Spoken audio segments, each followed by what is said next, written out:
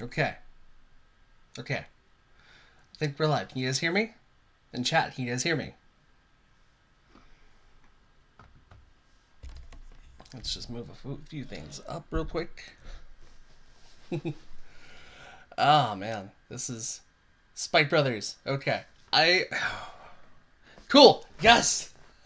Ooh, that actually may have been kind of loud. Hold on, let me fix this real quick. Can I do that? Let's see. Properties. Okay, no, that's not what I want to do. I'm watching a movie. This guy. I think I've only seen maybe a few of his videos. I think the one I watched was the Rise and Fall of the Digimon card game. Actually, that may have been somebody else. Never mind. I think that was somebody from something else. But look, I got the chat on screen. I'm so proud of myself. So I'm using Streamlab OBS. Ian, or Silent Artist, kind of talked me into. No, it wasn't TCG Buzz. It was it's a popular Pokemon trading card game guy, and he J something. Let me check. Let me check. But also say hi to YouTube, because odds are this is gonna go into YouTube as well. So I'm assuming all the things work. Am I too loud for you guys? Oh, there's a slider thingy. I could just do that. Oh, happy birthday! Yes, I noticed. Happy birthday. And you had to. Okay, so I'll turn it down just a little bit, but it looks like it's in a good range so far. So that's good. That's good. Okay, who was it? The fall of.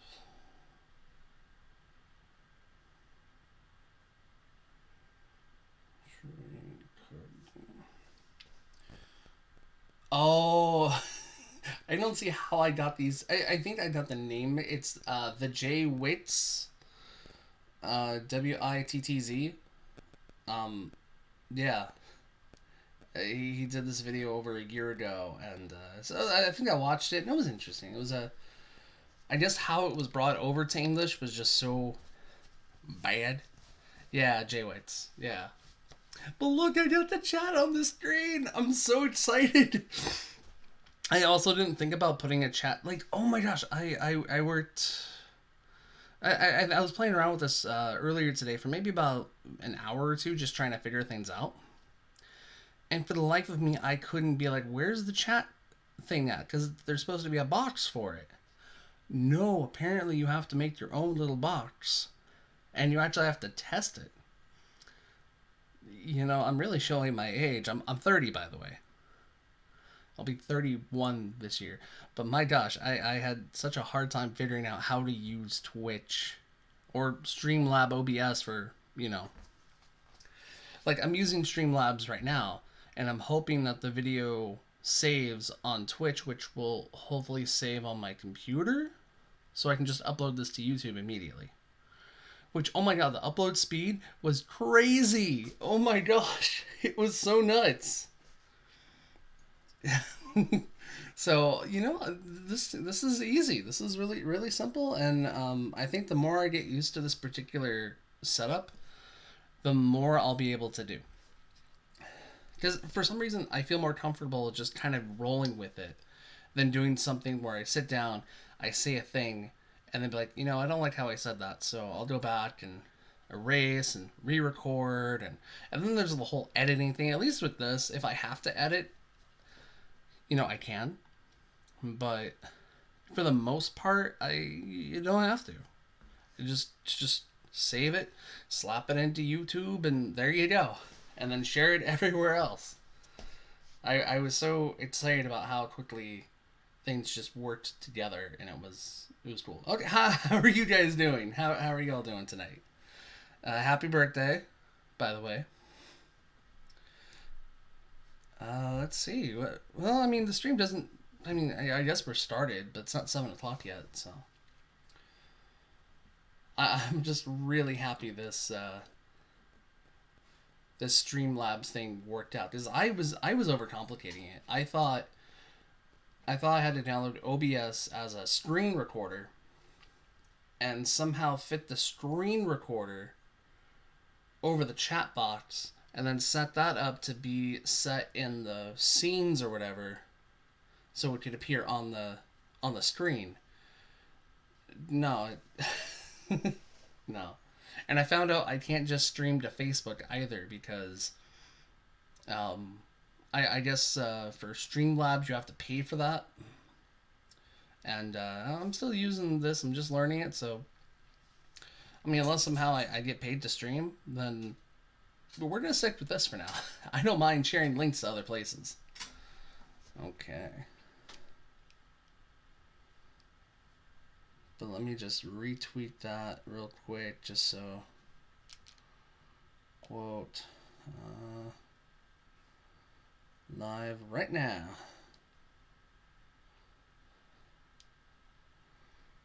This is pretty fun.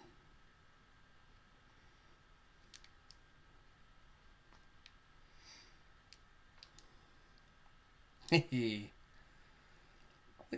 know, excuse me. This is really fun.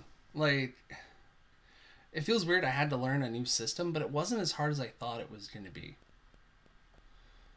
You know, I don't, now I see where I'm like, you know, I could easily just do this. I'm good. I am having a field day that I got this chat thingy on to be on screen. Super happy about that. And I also feel kind of bad because so I didn't know that you can send files and pictures from the phone directly to the computer. So I've just been messaging one of my friends just the assets that I'm using on here just so I can get them on the computer. And he's like, you know, you can do this, right? You can just link it up to your computer. You don't have to plug it in. I'm like, oh, I forgot. I forgot about that. That exists. So I have a Samsung, so obviously, you know, I don't have the AirDrop or whatever. Although I do have an iPhone that I could. No. iPhone will save for another project. But this is really cool. This is really handy. I'm very happy this worked out. And yesterday's stream was a heck of a lot of fun. I think a lot of people are a little discouraged for watching, you know, an hour and a half of nothing. But hopefully now that there's a chat, that, you know, people will be like, oh yeah, I just want to watch for the chat. Or some topics that come up, or I don't know. It always feels great learning something new, whether it's streaming or recording. Absolutely. Honestly, I'm a very lazy person. I hate admitting it, but I'm actually a very lazy person when it comes to certain things. I really don't like editing. I really don't. So that's why I'd rather do the live streams. And at least through there, it's like, you know, if I make a mistake, then, you know, that's out there. You know, I know I'm not going to say the certain words that I should not be saying. But at the same time, it's like, you know, it's fine. Like, I don't really have to worry about censorship too much, at least for me. Because I think I know what to say and what not to say. Same, but once I learned some cool tricks, editing became really fun. Yeah, like I have a Vegas. And Vegas is fun, don't get me wrong. Sony Vegas is fun. But there's just so much. There's so much. Ross, be quiet. One of my dogs is in here, so. Do you want to try adding new overlays live? Well, I don't know what else I'd want to. Actually, you know what? Let's see. I think I do want to try to add something. Let's go plus. We will add an alert box. Add source.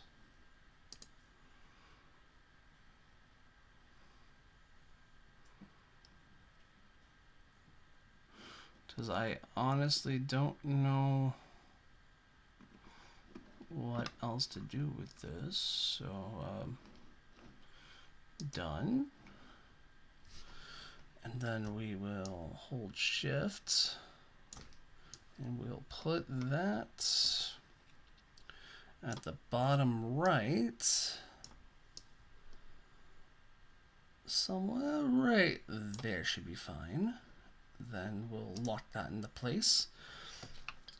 So then what I think will happen is if somebody follows me, there'll be something at the bottom right that will appear.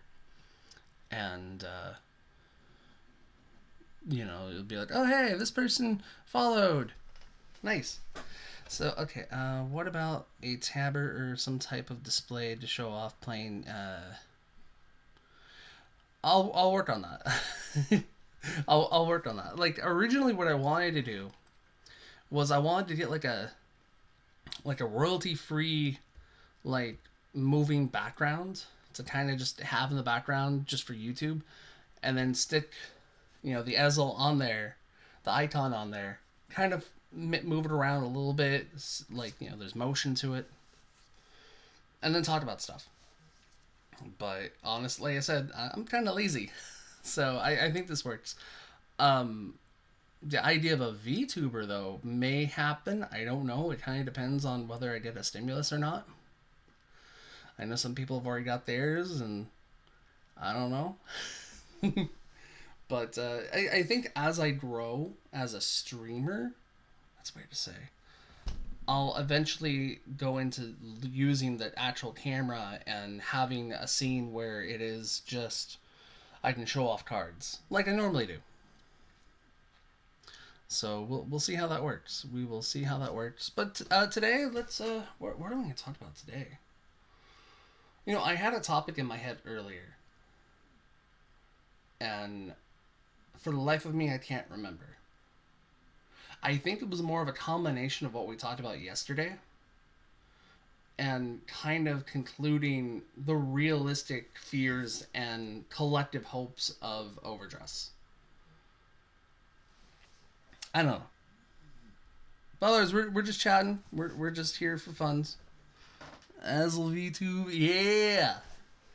Uh, we'll see how it works. I've looked into it. I've done a little bit of research, and there's so much work involved with it. And I don't know if my computer can possibly handle it, but maybe it can. I don't know. There seems to be a lot of free resources out there. I think the only thing you really have to pay for is the model itself. And that's fine. That's a-okay. I don't plan on doing anything super dramatic like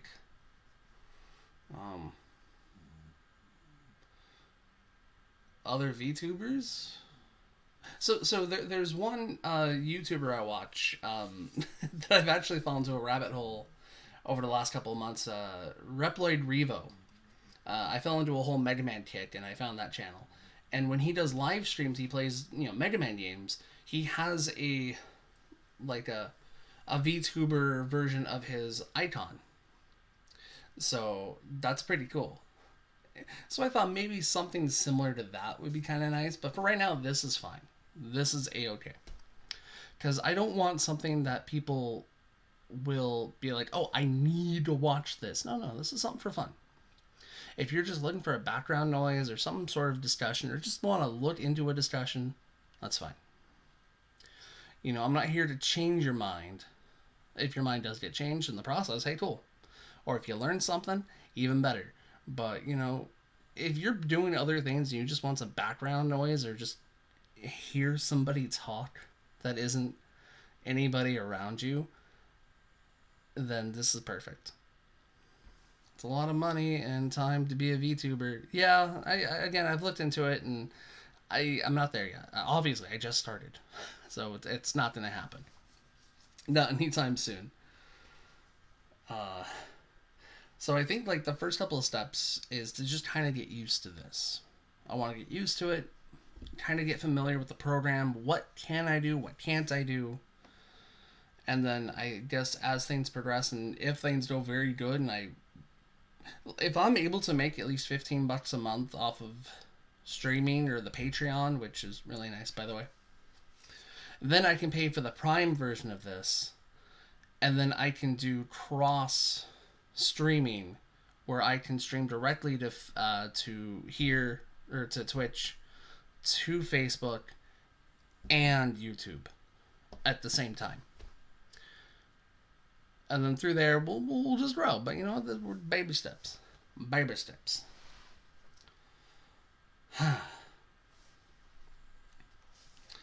So I got some Oreos. You know, I mean, there is a piece of cake downstairs. I think. What did we do? It was New Year's Eve.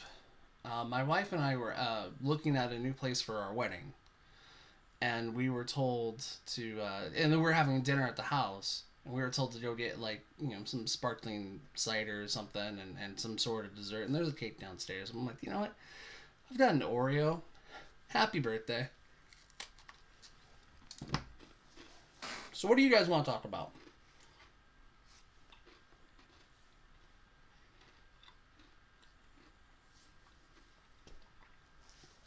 Maybe through whatever you guys want to talk about, we can land onto... We can bounce around to different topics.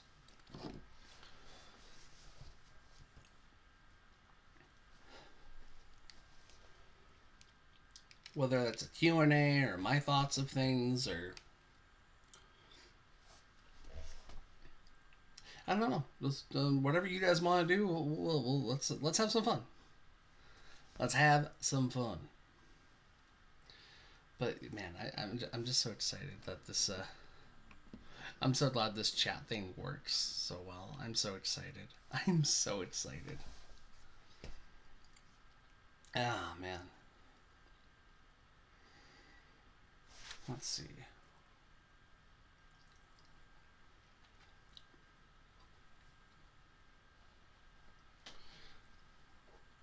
It's story time. I think I've got how's Spectral Duke going? Duke is good. Obviously it's not. Hi Marley, how you doing? My cat Marley just jumped in and he's just laying down. And then Ross is laying here on the ground being Ross. I got 3 cats and 2 dogs, so yeah. Duke is good. Duke isn't as strong as Gergowit, obviously, but it is able to do a lot of interesting things. You actually can be very gimmicky with Spectral Duke. Like, I think I've stated before that Palinor is a very gimmicky card. The original Palinor is fine, but the standard version is very gimmicky. But I think Duke makes it work. Duke can make Palinor work in terms of just getting more soul and kind of managing that soul, and then along with the other resources, like obviously you're gonna play Bluish Flame with Duke because, or at least, I mean, you can use the Bluish Flame pair because you can get some extra circles. You get the Adlevel to push things into soul and bounce it back, and then you kind of surprise people with 3 Vanguard attacks. Possibly. But Duke is good. I really like it. It is fun. It is heck of a lot of fun.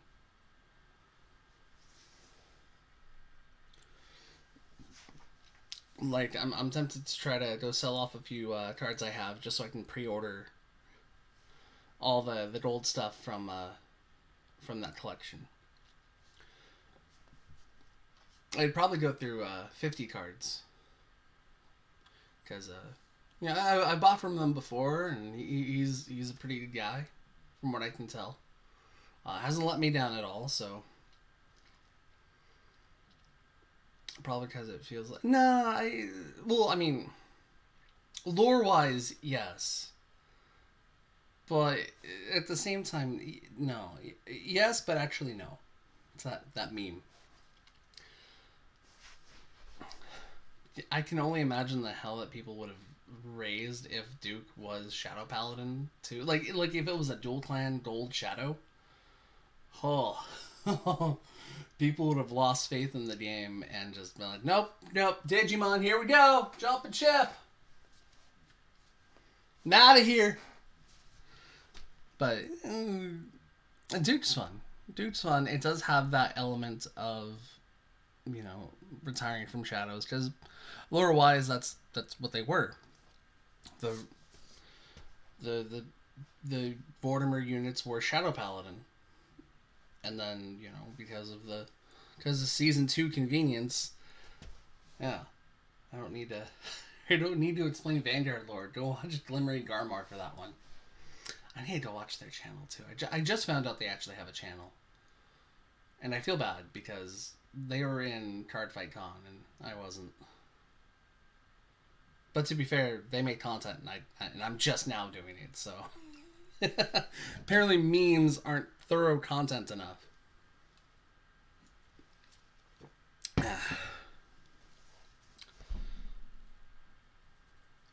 um, I think it just depends on the clan. I think the Gold Paladin one is going to be 30 from what I saw. So, we're just shooting the breeze. We're just talking about Spectral Duke and how I think it's good and it can be very gimmicky good with Palinor. And then here you are, you showed up. I figured out how the chat box works. So now that's on screen. So now people on YouTube can be like, oh, hey, there's actually something to watch on the screen that isn't just a still static picture of this guy's icon. Nice.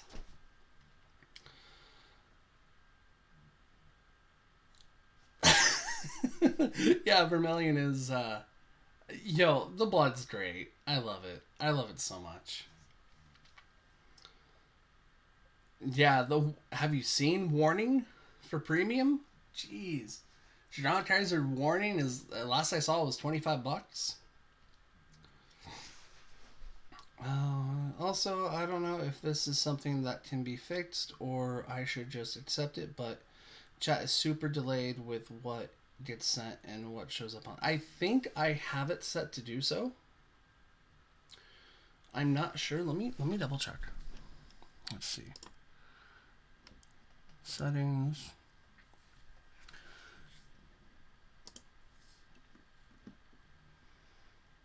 I mean, if there's a delay, then I mean that's normal, I guess. Visual.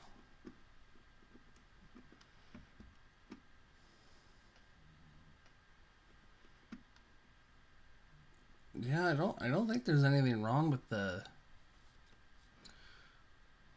chat. It's just going as it goes, I guess.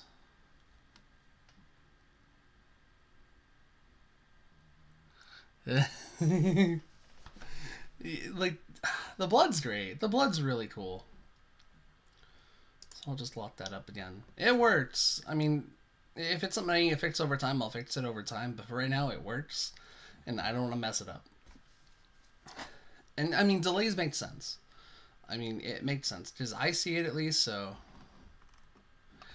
Like, no, the blood is interesting. Because, it's one of those things where, damage denial strategies happen. And the blood just like, nah, I don't need to run Bobo. I can just damage myself. And I have a superior ride, so fingers to you. Fingers to you. You get to pick the fingers. Just gonna leave it like that.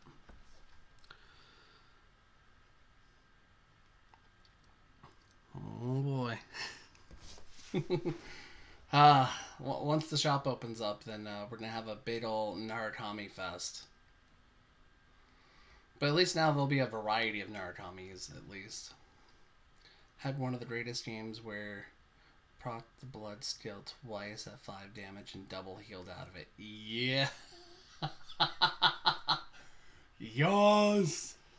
There you go. That's my boy. Good job. Good job on that one.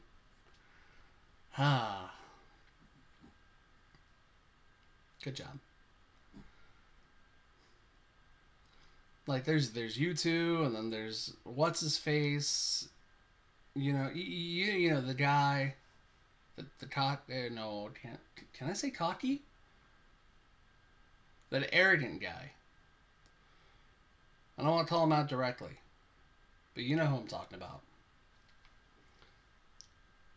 Yeah, whatever. We're not gonna talk about him. A lot of the people here are from my locals, so in case you guys need some closure, two of the people here are from my locals. Let's see. I really hope he dropped the die. I hope so too. Or I at least hope he held on to it to. No, no, no, no, no, no, no, no, not Robbie. No, Robbie's okay in my book.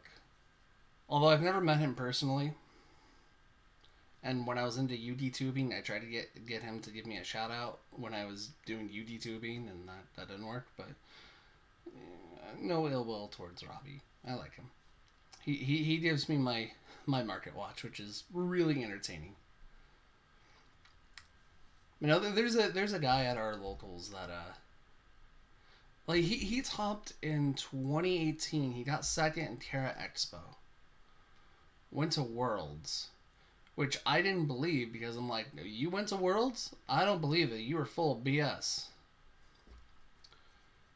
Uh, what's budget your ads? Oh no. Well, okay, budget your ads is non-gauntlet buster. If it's not Gauntlet Buster, if it doesn't have Gauntlet Buster, it's budget. If it has Gauntlet Buster, it's full on Irads.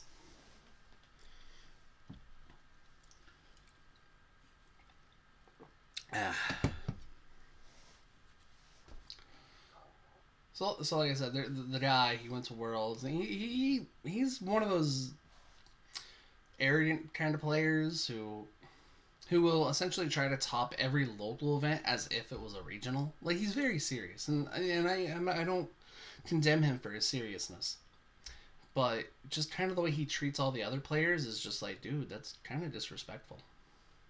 Like, I got my Spike Brothers and Messiah stuff off of him, and I traded my Narukami deck before Set 5 came out, and it had the SVR Titan drills, and I kind of regret trading it, but I'm happy I have spikes. Messiah I gave to my best friend, who I think is still using it. I don't know. He's still having fun with it. Or if I want it back, I can easily get it back. But I kind of want to build Drill Dragon again, because that was fun. I loved Titan's Drill. Yes, that guy. The guy that doesn't trade decks. Yes, except he does sometimes. Or some people do sometimes. I'm just one of them. Because he was trying to catch on to the hype meta train. Okay, there we go. Do you guys have any toxic players at your locals? I mean, I know we haven't had locals in like a year. But I mean, prior to that, have any other of you guys have had toxic players, and do you have any interesting stories about them? Because there's only two things to do with toxic things. We can either cry about them, or we can laugh at them. He's tried to make Nars Grand Bloom multiple times. Yeah. I haven't seen my locals in years. Well, 1 year, yeah. I miss locals too. I really do. I can't wait. I mean, like, at least my locals is technically still open because it's also a comic book shop, and they do have a play space available. Sometimes you can just kind of walk in because it's dead, or you can just kind of call ahead. So I've been trying to go down there every so often, making plans with some people. Like, hey, you guys want to go to the shop? Which I'll have to end up doing anyway. Honestly, as much as he annoyed me, he did help me with my competitive thinking. Yeah, I give him that. I cringe every time I fight the OTT player who treats his... Oh, that guy. Oh. Oh. B-Dog. Oh. I'm going to call him that. That's what I'm going to refer to him as. B-Dog. Oh. Just... stuff stupid kids say. That's literally that guy. No, I remember. I remember that. Are you guys in Florida? Just no. We're in California. We're in Southern California. I'm an hour away from Anaheim.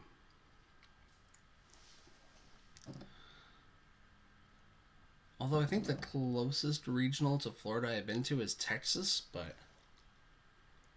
Pickle. That's right. That's right, because we called him Pickle. Or he called himself Pickle for some reason. And not in the Rick way either.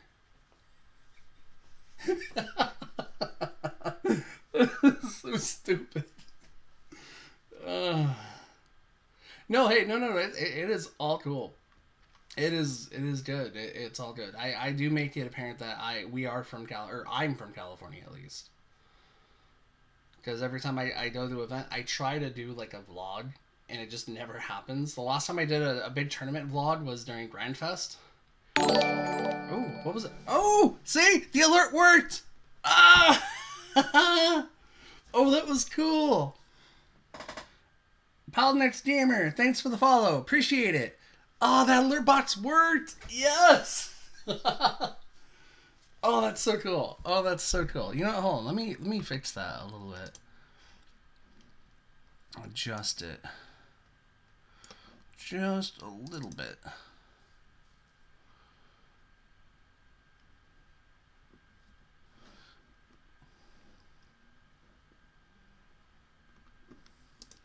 Let's see.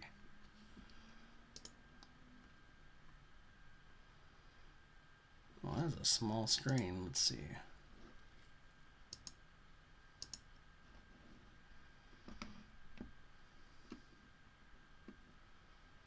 What if I were to do that?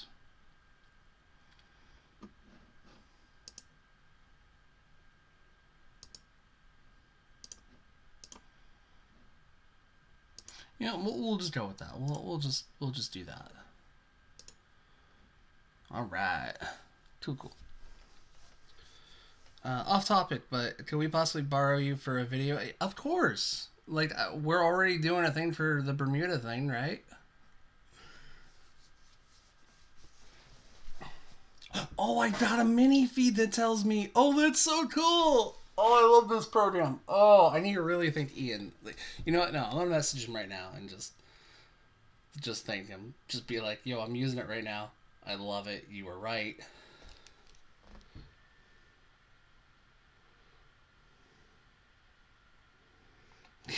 I love this program.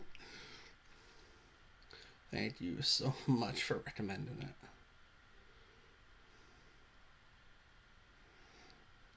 I see what you mean about being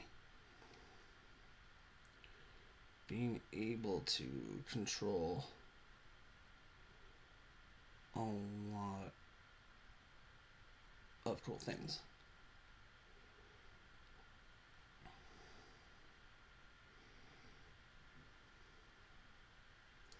This is just so cool. I love it. This is great. So yeah, no. So we're gonna open the what, 2 cases of Bermuda, or is it 1? I don't remember. I just know that I like opening boxes. That's fun. And he kind of said that I can get a playset of the drop PGs, so Discord fight win. Eventually. I'm still baby steps. I'm still figuring out how to do all of this. Like, if I can figure out how to do that, that would be fun.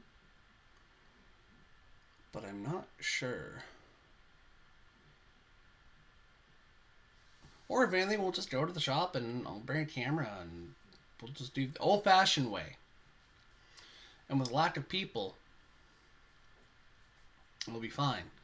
Plus, I can mute the video and put in some royalty-free music, because odds are they're probably playing copyright music anyway at the shop.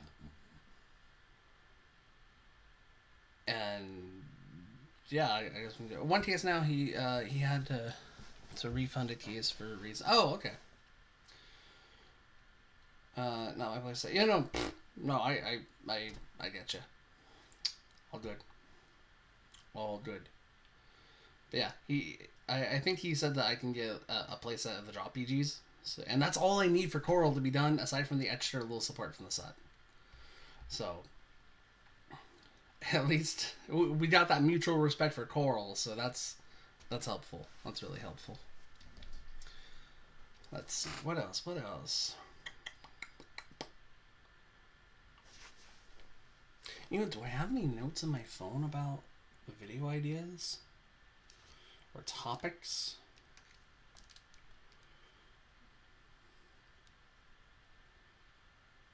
Oh, there we go. There we go. Okay, so I've stated this before on Twitter, on Facebook, and I wanted to make a video solely about it, and I think I mentioned it in one other stream.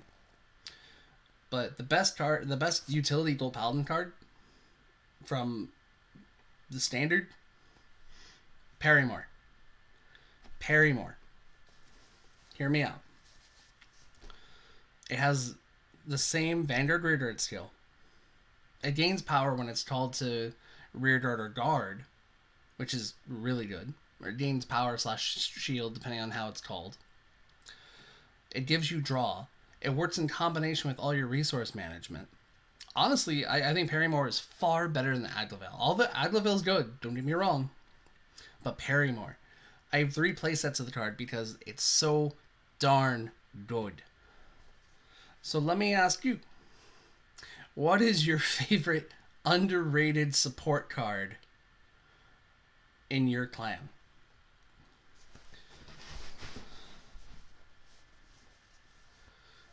History of Gold Paladin, and it places in the meta in each season. Ooh. I did History of Gold Paladin for up to Legion. We didn't talk about G, but we did all the way up to Legion. I was originally going to do that, but time. But if we're going talking about, oh, okay, no, I know what you're talking about, and that's, there we go. There's a topic. Okay. We've got something. We've got something. So one thing I've been working on, I think I've been vocal about it. Let me see if I can pull it up here real quick. I mean, I'm not going to put it on screen, but I mean, I at least want to see it for myself.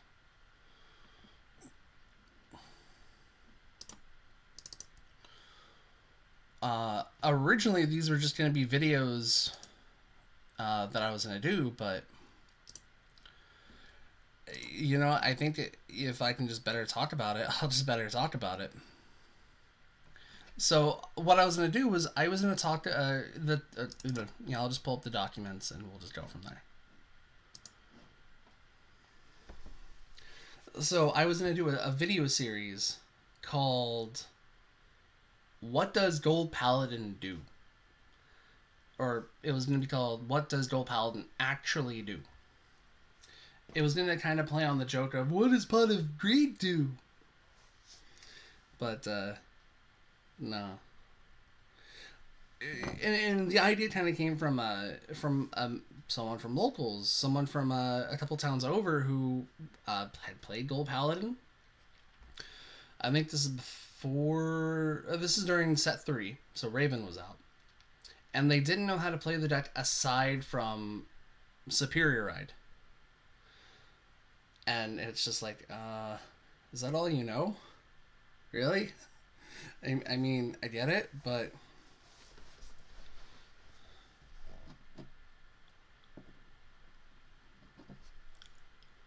dive in because it's only recently that he's back because Irads. Oh yeah, for sure. So okay, let me shrink this down a little bit. Okay, so what I was gonna do, and I guess I can just do this here, and I could just split this off. Let's see, the recording's at 51 minutes, while the live is at 48 minutes. I tried to set the recording up beforehand. So, I'll probably just break this into a separate video, but, so let's just go with it. So, what does Gold Paladin do? In this series, we will look at each main deck type for Gold Paladin in standard format. I tried to be so serious about it, and I just couldn't. So the types I would be talking about would be Ezel, Adravain, Gerduit, and Duke, along with a bunch of various budget alternatives, Garmor, for example. Each exploring their beginnings, each of their upgrades, and then their quote-unquote final form, or final version with the most recent set in chronological order, starting with their first form. And then each of the builds have their own, they have a number of their own deck variations. Nothing like, oh, this is tournament. There's this one tournament where this one guy played 2 copies of this card instead of 4 copies of that card. No. So, for example, like Ezel, for instance.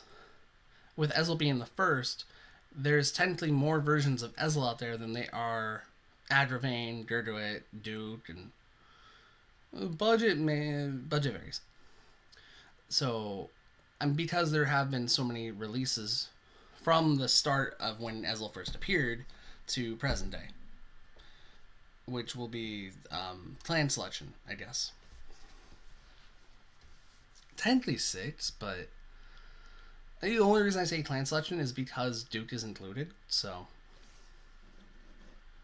let's see.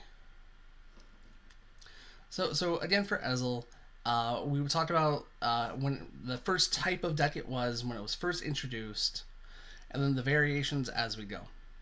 So from the extra booster first version of the deck to booster 3 with Raven-haired Ezel, with booster 5 with Platina Ezel, with some upgrades from extra booster 10, and how it is now with booster 12. Adravain would be kind of different.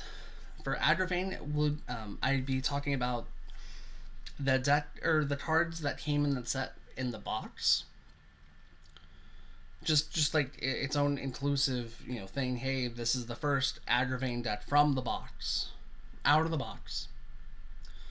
And then its second build will be including everything previous, and then a third version up to now, and so on and so forth. And then like for budgets, I just saw stuff from Booster 3 and onwards, because that's kind of where there was more budget-friendly support. Is that extra booster was like, oh hey, here's Sagramore, here's Palinor, and here's Mock Slash. Enjoy that. And it's not really a lot of variety. So that's why I kind of wanted to give it at least a good starting point for budgets. Because Darmore is budget boss. So does that sound interesting? Do you guys want me to start up this particular TED Talk about what Gold Paladins actually do? Or do you guys want to move on to another topic? Can I put a poll in here? That'd be kind of cool. I don't know if I can. Probably not. Probably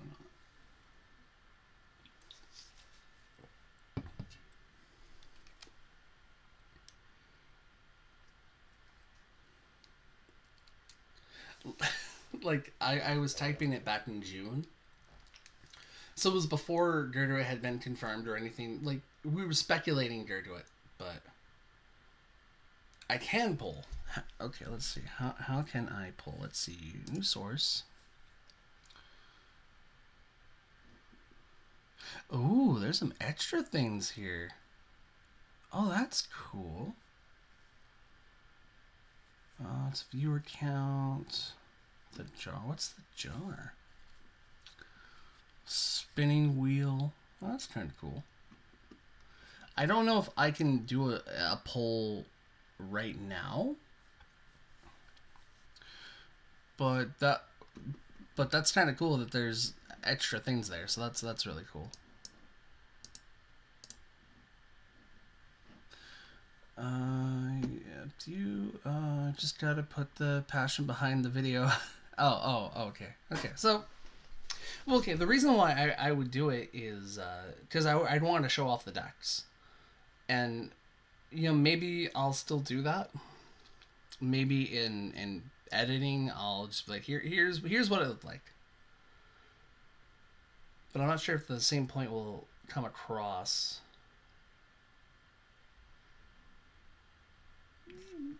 We'll give it a shot. We'll give it a shot. We'll start with something. I don't know. What ones do I have typed up already? Obviously, I have Ezel typed up. That's the only one I have typed up. I mean, I do have the bigger one, but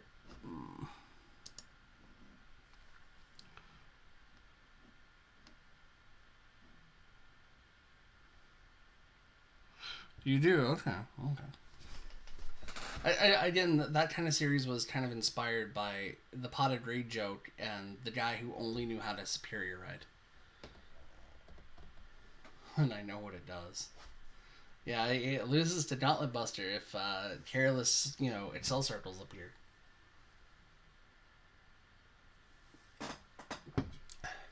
Yeah, we'll go back to that idea. Because that's something that could be fun, but later. Oh, that could be when I do the camera. Oh. All right. Okay. Cool. We got that. You're gonna notice patterns. Yeah, there are patterns, but there's patterns with all sorts of decks. Sorta. I mean, a lot of decks are very linear and straightforward with their playstyle and the way they do their actions. What are all these notifications? Skip frames detected. I don't care. There's no need for frames because it's a still picture and a chat box. I don't need 60 frames a second for a chat box. Let's see. What else? What other ideas do I have?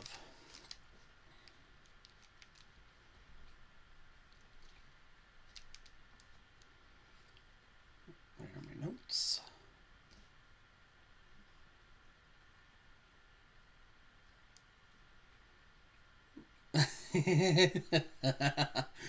oh, that's funny. So I had I think I talked about it in one other live stream where I was defending W Slasher's why he hates Bermuda Triangle video. I don't know if I want to touch on that one in this one because there's particular words I would love to use to describe certain people, but I can't because apparently that offends them. I've always wanted to make a trivia video, but a lot of people have already done them, and they're probably done a lot better than I ever. You see, that's the one thing that prevents me from doing update videos. Like, oh hey, this new card just got revealed that you just found out a few moments ago. Because you watched it from Vanguard Insider or W Slasher or you saw Different Fights live stream. I want to make a video on it. A video on what? Sorry, I must have got lost in thought, in translation. Thinking. But since there's no point, since people won't change. Yeah. I mean, I don't remember which topic you're talking about, but yeah. You can't make good videos if you don't practice. That's true too. I mean, that's kind of why I'm liking the stream at least, because at least in stream I can be kind of original. I don't see anybody else just posting up, just talking. Oh, okay, yes, that one. Yes, okay, yes. Like, there's so many interesting aspects to it, and you kind of have to understand meme culture to get it. Like, there's a lot of things I had to go back and I think I watched that video like 15 times trying to dissect all the little points he made, and it's a work of art, to be completely honest. In my opinion, it's a work of art. Yeah, those bad words. Did I stutter? Let's see.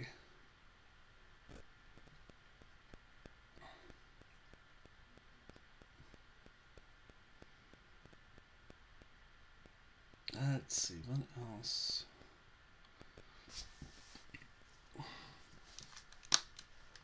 I feel bad that there's a few people who are just joining this particular stream and have no idea what to expect from me because, like, again, I'm just starting out. Like, there's 7 viewers. Holy wow!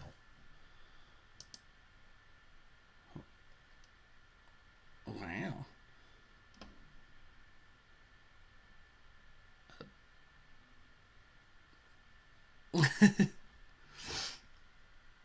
It's interesting. It's weird. Okay, there's people here in chat. That's cool. Like, I like the clan, but it does not deserve the hate it gets. That's true. It's true. Like the clan. We're gonna talk about it. We're gonna talk about it because we're here. Let's just do it. Let me just find my notes. Because I was originally gonna make a big long Twitter thread and post on Facebook about it. But at least this way, if W Slasher sees it, he can appreciate some good memes. Just because I only one booster in G was so busted, made them PTSD. Yeah, that's true. That's the one downside of streaming. Yeah, that's true. But let's see here. So, like, I just want to preface. Wait, am I saying that correctly? I'm an English major and I don't understand things. My God, this useless degree. So before I talk about it, I mean, you guys have seen the video, correct? You guys saw W Slasher's video about why he hates Bermuda Triangle and watched it like 3 times already.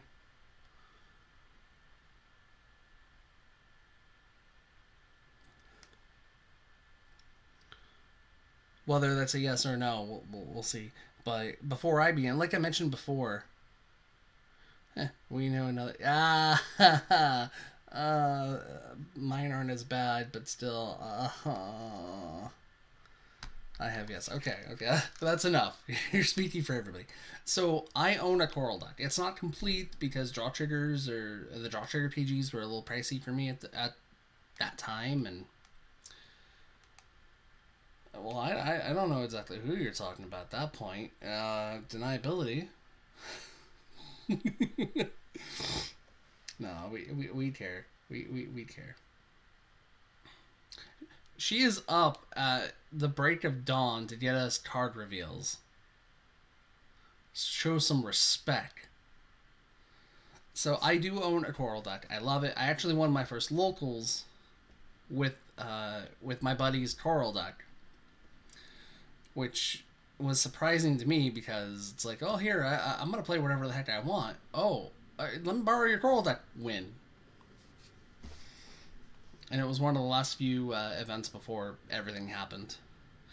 Do you think they'll give the Jobber clans, Jobber clan, Spiked, Tachi, Mega Colony a chance in the anime with a main or antagonist? Would they be more respectful as clans? I remember how people used to call Neo Nectar one of the poopiest clans, but they got Totoha as a user and now they're a mainstay clan. I would like to think so. I think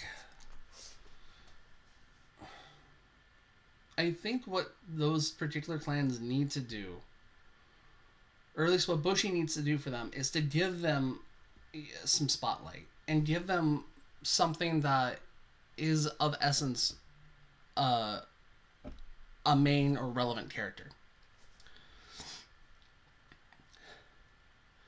I mean, canonically, yes, that's correct. He did use Tachi as the main clan, but you could play with whatever you wanted, so I don't know if we should count that. I'd like to count that, but because Neo Nectar went from, I mean, it's still plants, but I don't think it really wasn't until Musketeers came around that it became a bit more relevant. and then just kind of the idea of the whole bioroids, human-like plant people, kind of made the clan work, and then the plant dragons and other stuff. So yeah, I'd like to think so. I'd like to think that if Bushi were to give those three clans something like it, for sure. Like it's a cringy idea, but for Mega Colony specifically, I'd like them to do something similar to what Dimension Police has. So Dimension Police has, the kaijus. You got Zale. You've got just all the monsters that are just like, why are these Dimension Police? They're the monsters that the normal D Police fight. So in that same sort of vein, I would love to see like some sort of like superhero esque units in Mega Colony, so to speak, to fight off against, the crime syndicates, or even like an anti-hero. So obviously I'm making Kamen Rider references, and I think that would make the clan sell so, would just boof, skyrocket in popularity. Oh man, you got your Bug Riders against Ghidorah, just head to head, just oh. For a second, I thought we were talking about Yu-Gi-Oh! Kaijus. Well, okay, how else can I describe them? The galactic beasts or whatever. It's just they're monsters. They're kaijus.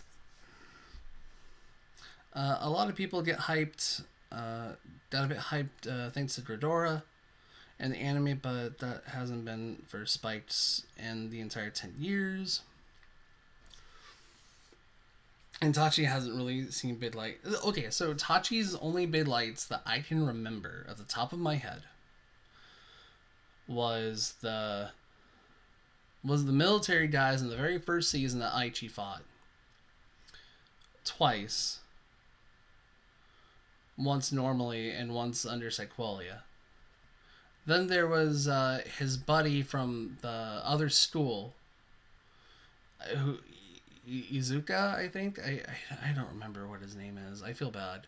Who played Ancient Dragons, who played really well, by the way. And then they're absent until the end of Legion Mate. And then I don't think we see Tachi's again in the anime until particular characters were just like, oh, here's Tachi, and then there's the new Japan team with Gaia, Yasui, and hold on, what was it? And Chaos. So, Bug Riders.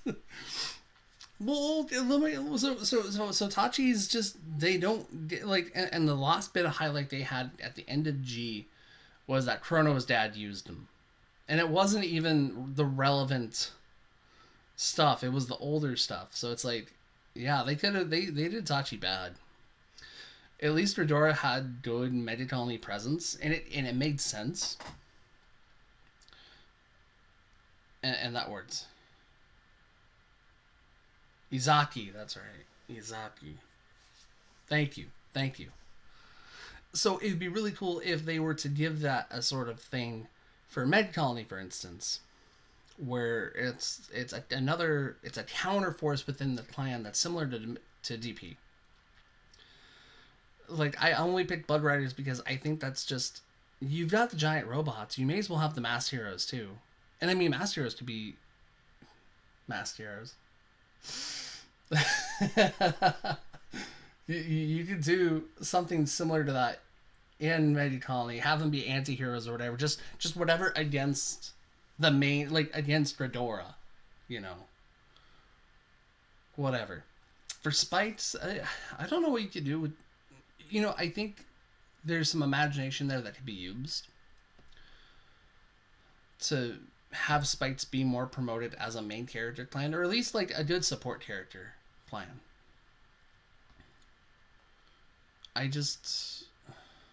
Spikes were good, but yeah, no, it's Bushi really dropped the ball on that.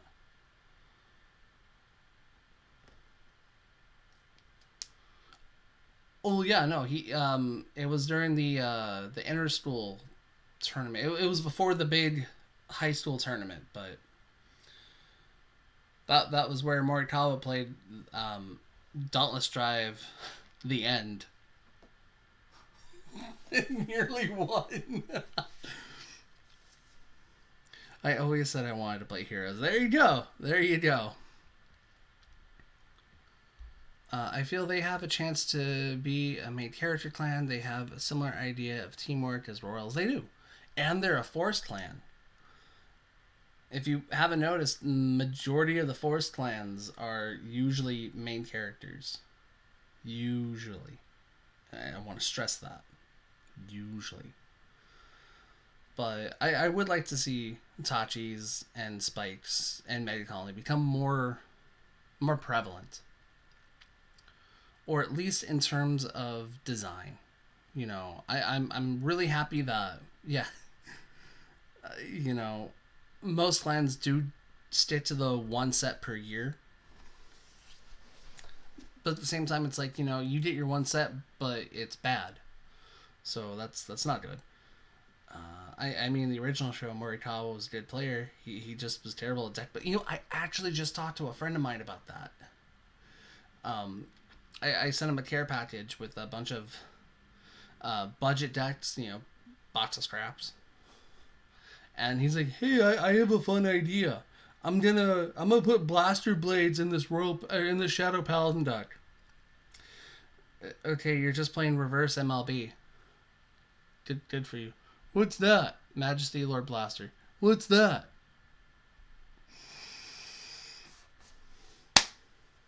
Boy.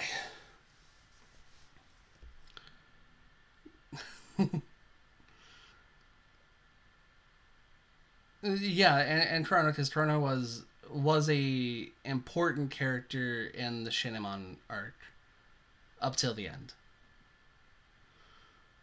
Like, you know, I just the Shinamon arc was just great. Like, it answered a lot of questions. It set things up to be G.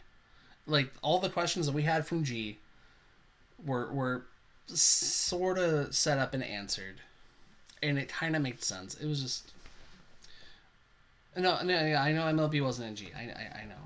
I got off topic. You, I don't think you know this person. They never made the MLB stride. That yes. No, no, I totally got off topic here.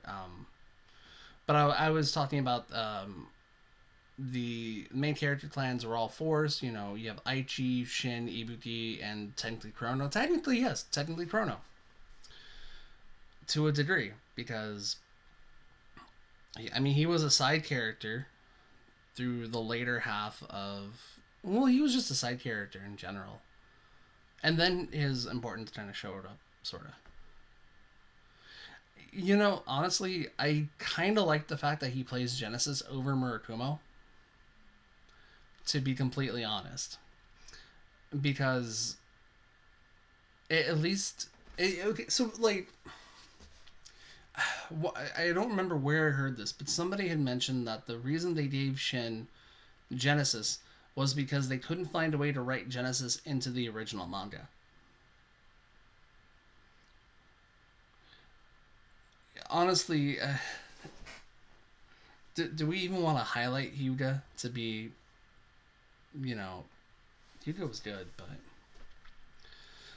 let's see here, retcons. Plus, if they didn't let If happen and they had a proper G reboot, we would have an actually, yeah, probably. Excuse me, or a Chrono, yeah, Chrono, main character. But I think at the same time, the reason they, I mean, we don't know if that's where they'll go. A majority of people, from what we've discussed, want something new. So we'll see how that goes. I believe it was actually true. Even when they made the video game, they said they had to retcon Kazumi into the yeah, I think, but that makes sense though. Like, I'm really happy they put those two characters in the game Because at least that sort of makes sense. Yeah, we don't want set rotations. No set rotation. No other reboot unless it's done right. I'm cool with him using Genesis when he was younger, but maybe when he got older after the incident with he maybe, but I don't know. Who do we have that's a Murakumo player in the anime? Kyo. I think Kyo's the only one I can think of that plays Murakumo. In terms of the reboot. I can't think of anybody else that plays Murakumo from the anime. In terms of reboot. Huh.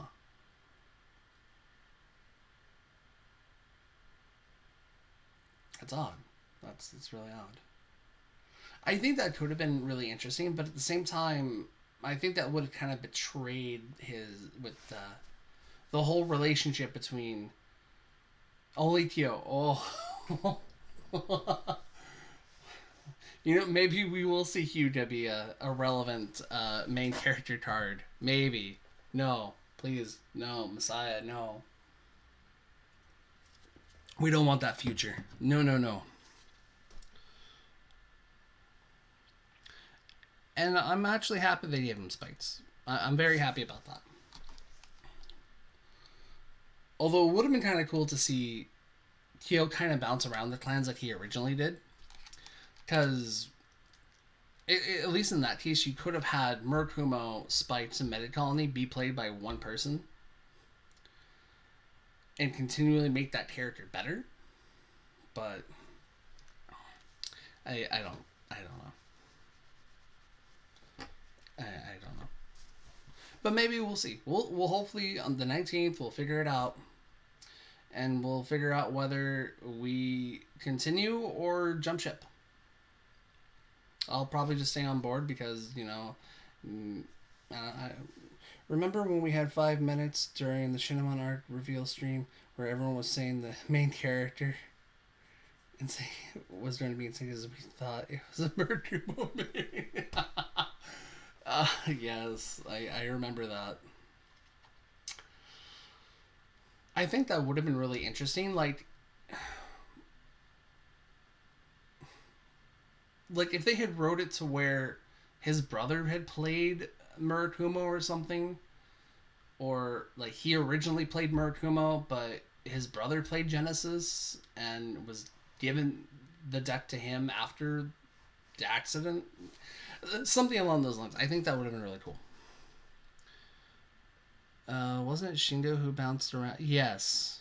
Shindo did bounce. He played Narukami. Then he played... It was Murakumo. But those particular units moved over to Nubatama. Yeah.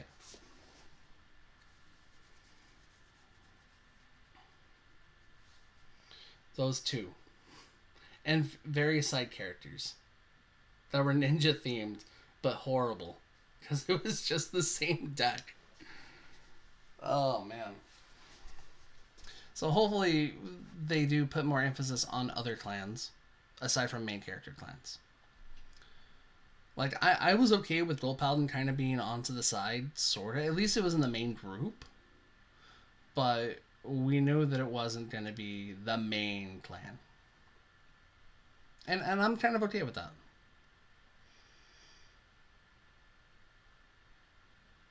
Morikawa. I mean, he probably used some Murakumo grade 3s. And he was training under Ninja Master, but Ninja Master was playing Nubatama slash Kagura. slash Kagura.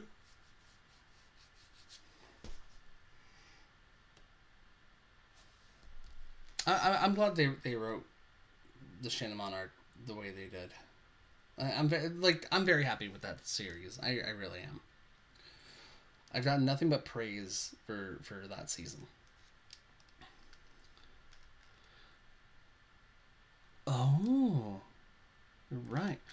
Quick question: can we mention how Shin was able to beat all the players at the Eska Tower with a basic Kadro deck? Plot device or plot armor. That's how Chrono got his plot armor. We solved the mystery, folks. We did it.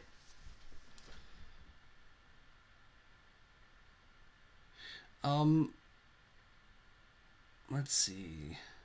I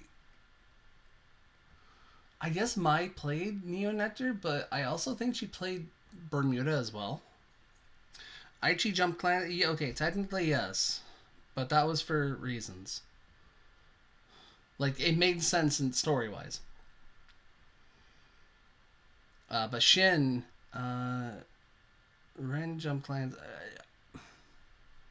Ren, I think Ren just played with a random assortment of female cards, if I remember correctly, and then played Shadows.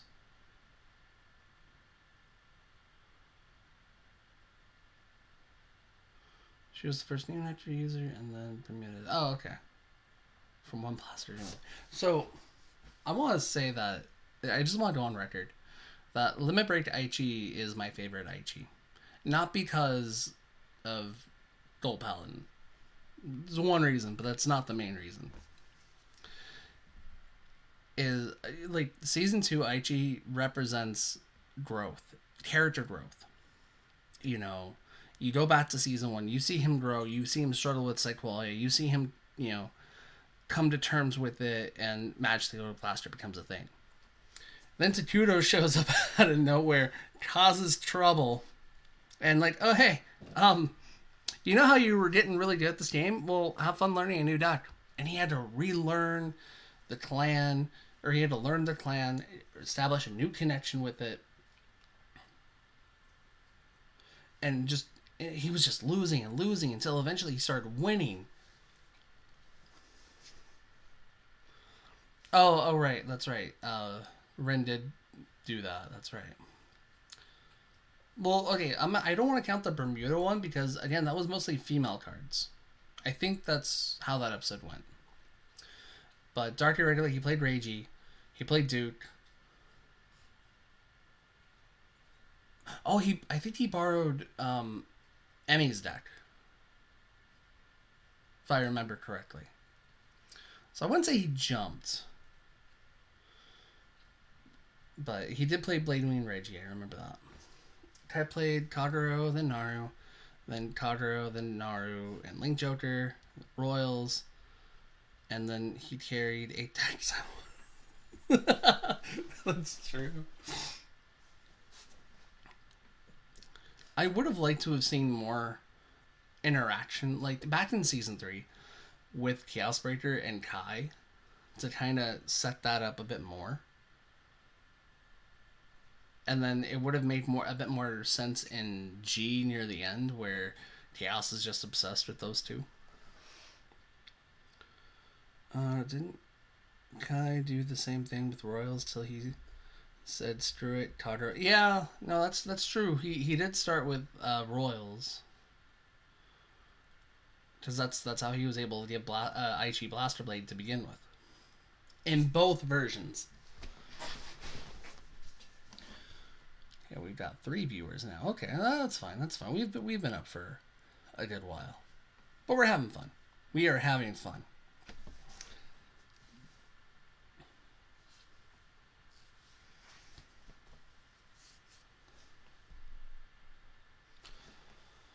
But we'll see on the 19th how things go, and we'll go from there. I don't care what people say. I freaking love Kai using Royals.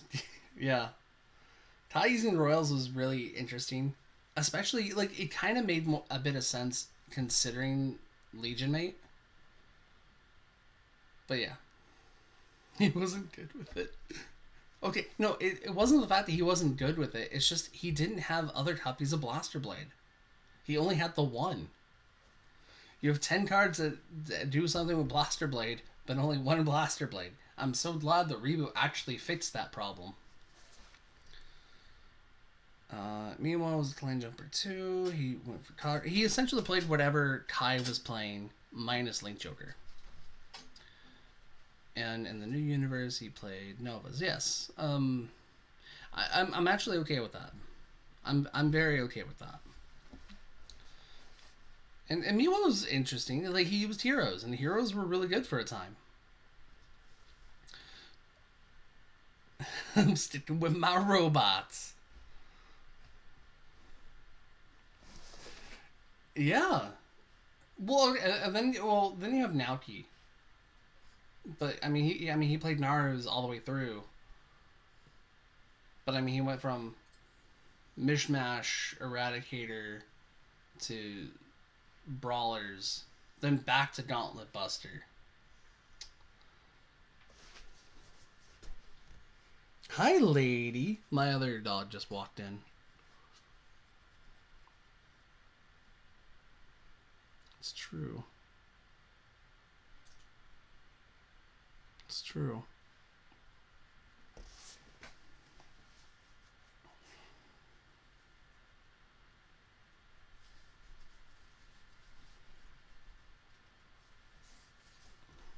I should probably add an ending like picture where the chat will end. I'm not done yet, but do we count two clans? I don't think it counts if it's just two clans. Like for instance, with Misaki, for instance, she played OTT and then switched to Genesis. I mean, although you could technically say she did play Nova Grappler, but it was only for an episode. And then she also played Pale Moon for an episode, but I wouldn't count her as a clan jumper. I think if it's three or more, I think that could be considered clan jumping. Hi, Senpai. Thoughts on Chaos Breaker against Golds? Huh. So I haven't done the playtesting against it yet, but considering, I guess it just depends on the build. Considering that Gold Paladin has access to multiple ways of getting its cell markers, I think it'll be okay. I don't think it's going to be too much of a hassle. I think it'll be an interesting matchup. Because I think the Chaos player will definitely want to get rid of the Excel circles, but possibly leave behind the Force marker. Well, it gains power too, so. It varies. And again, we have Percival that gives any Gold Paladin that can extra Excel circle. You have the Ezel build that can just Superior Ride for extra circles. I think golds are essentially able to make 2 circles per turn. So it's kind of awkward for Chaos. But I haven't done the proper playtesting yet, but that's just kind of what I think.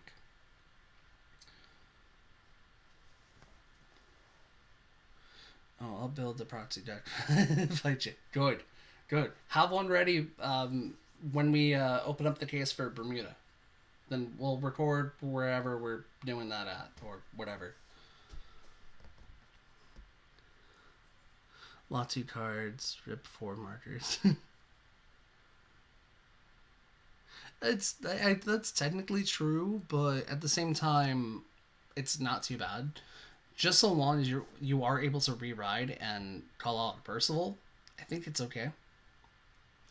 It's good. Chaos is good, but it isn't as problematic as people make it. I think Garmar has no problem against Chaos Breaker since he can fill all the red circles with little effort. That's true. Well, I mean, Garmar is really only able to call out one card through its ability, but because of that, you are able to refill circles. So, yes.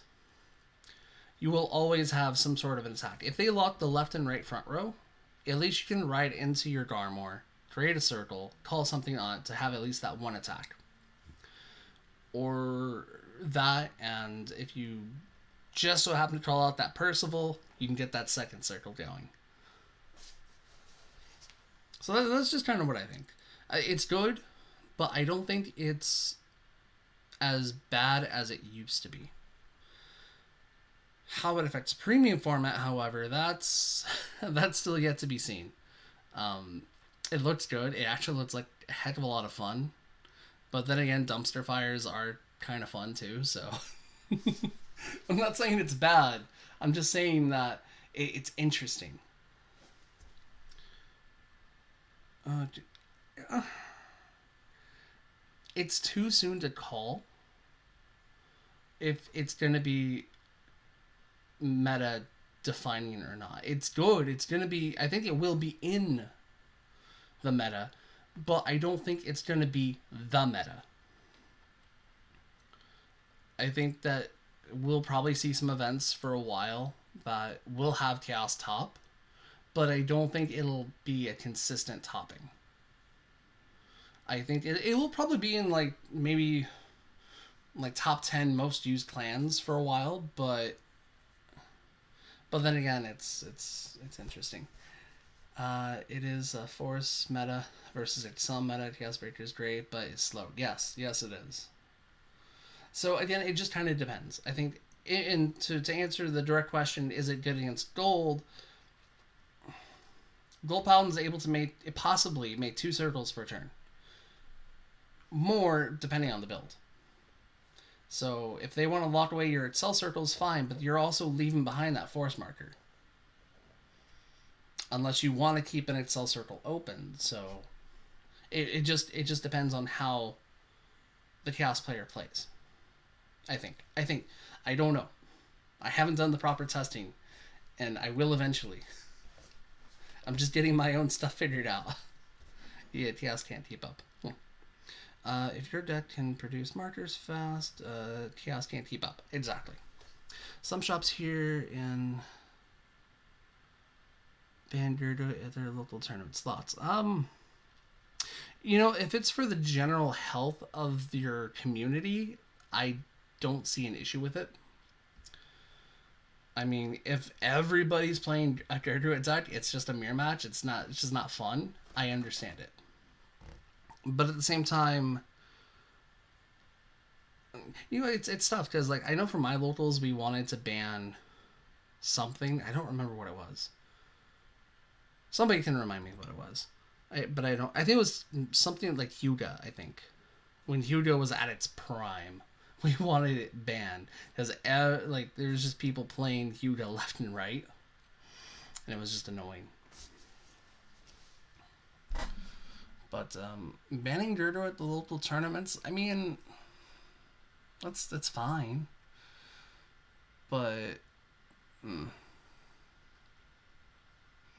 okay, maybe I was talking to a couple other people about it, or maybe they mentioned it, or maybe this is just a figment of my imagination.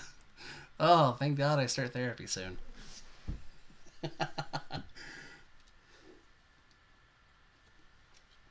No, I think I remember talking to somebody. It may have been Matt.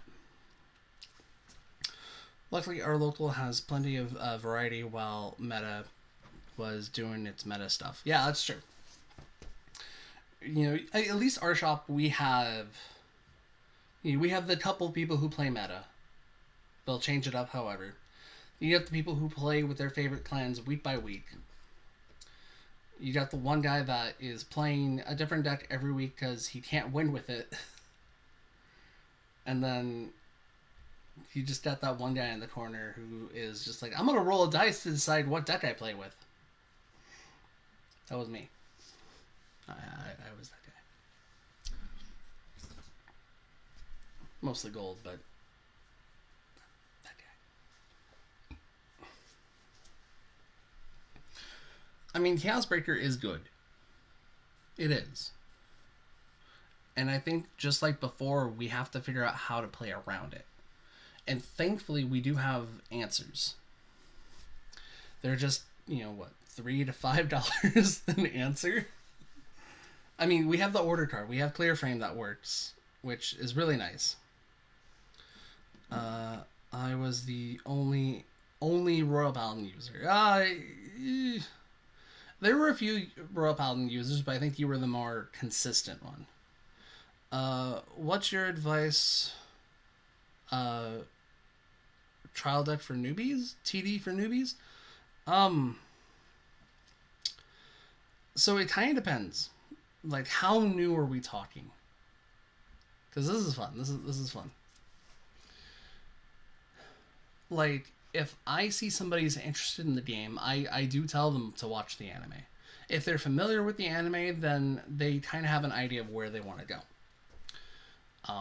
Back when I used to work at a card shop, I would always bring a Kagero and Royal Paladin demo deck just for the sake of teaching.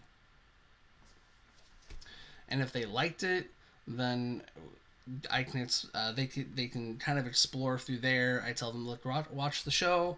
There's a whole bunch of different clans with their own different play style, and kind of let them decide where they want to go. And then let them know, hey, well, here are a few clans that have their own starter decks, and you can kind of start from there. So that's kind of my thing with new people, is just kind of where are they on their journey. The three trial deck. Oh, okay, so I mean they're all forest clans, so that's easy to explain. Each have their own particular playstyle. I think the easiest one would be Alt Mile, but all three of them are really simple to learn. Very, very simple. And I think all of them are relatively easy to complete. But if you're just learning the game mechanics without trying to be too... without over exaggerating certain things, I think Alt Mile and Asha would probably be the best bet. But Gear Chronicle is definitely fun. Like, it just... they each have their own play style, and if you have access to play all three and try all three, do so. If not, then you kind of have to do kind of your own research and just figure out which one you like more. Yes, that's yeah. Yeah. That's right. And to be fair, that deck was good. Not gonna lie, that deck was really good.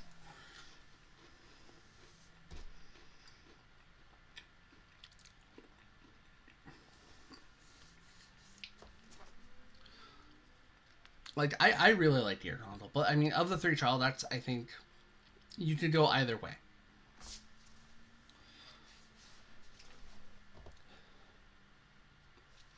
What card from G era you don't want to be revived? From G era,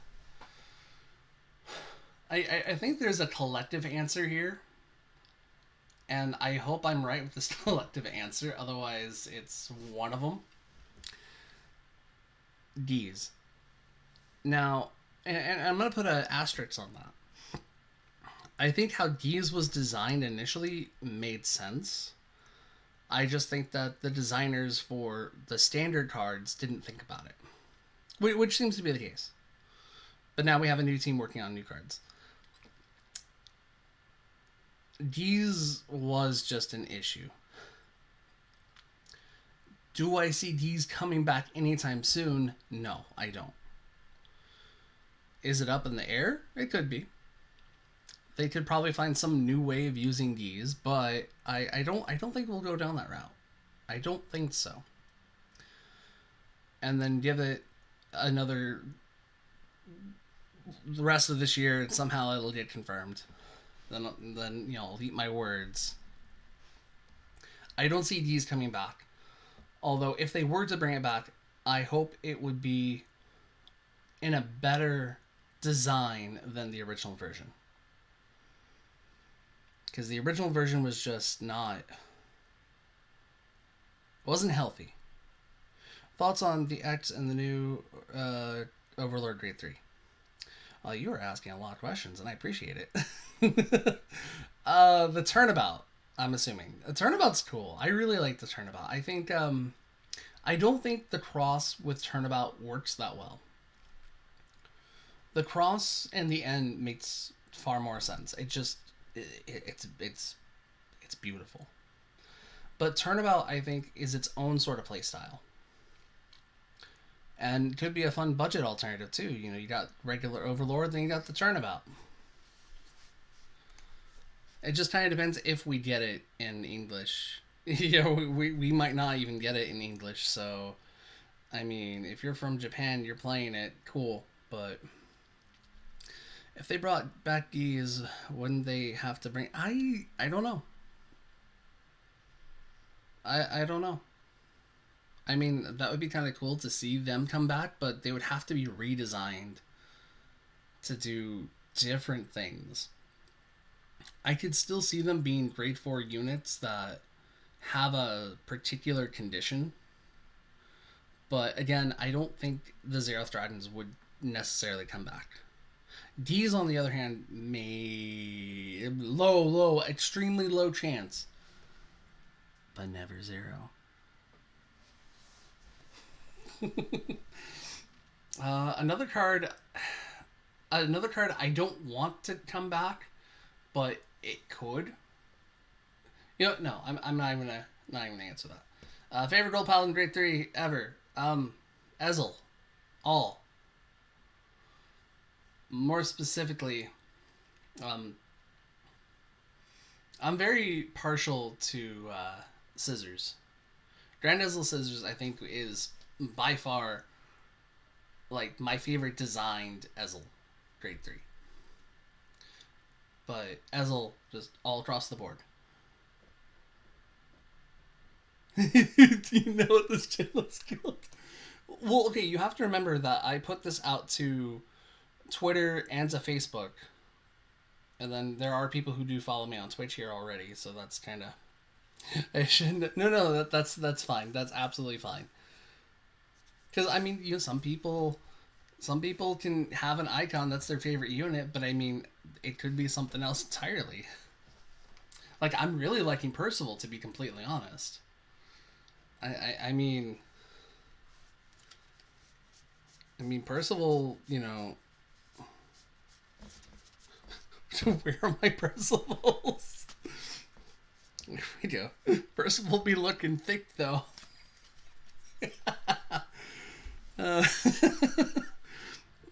So, no, it's all cool. Don't worry about it. Don't worry about it. But of the Ezel cards, Grand Ezel would definitely be my favorite. But Blonde Ezel and simple design is just beautiful. Raven and Platina kind of share similar art, particular style. Latest Gold Paladin unit you don't like. There's quite a few. And it's hard to justify.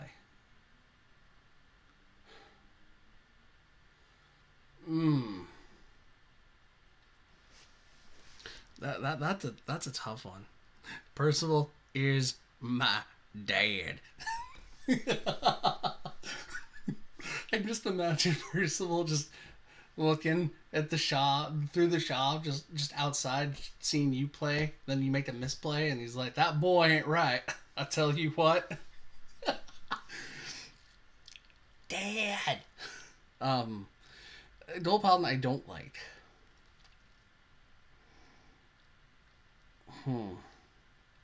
Again, like it's hard to justify which ones I don't like. I miss G. Yeah, I miss G too. I really do. G had a lot of fun.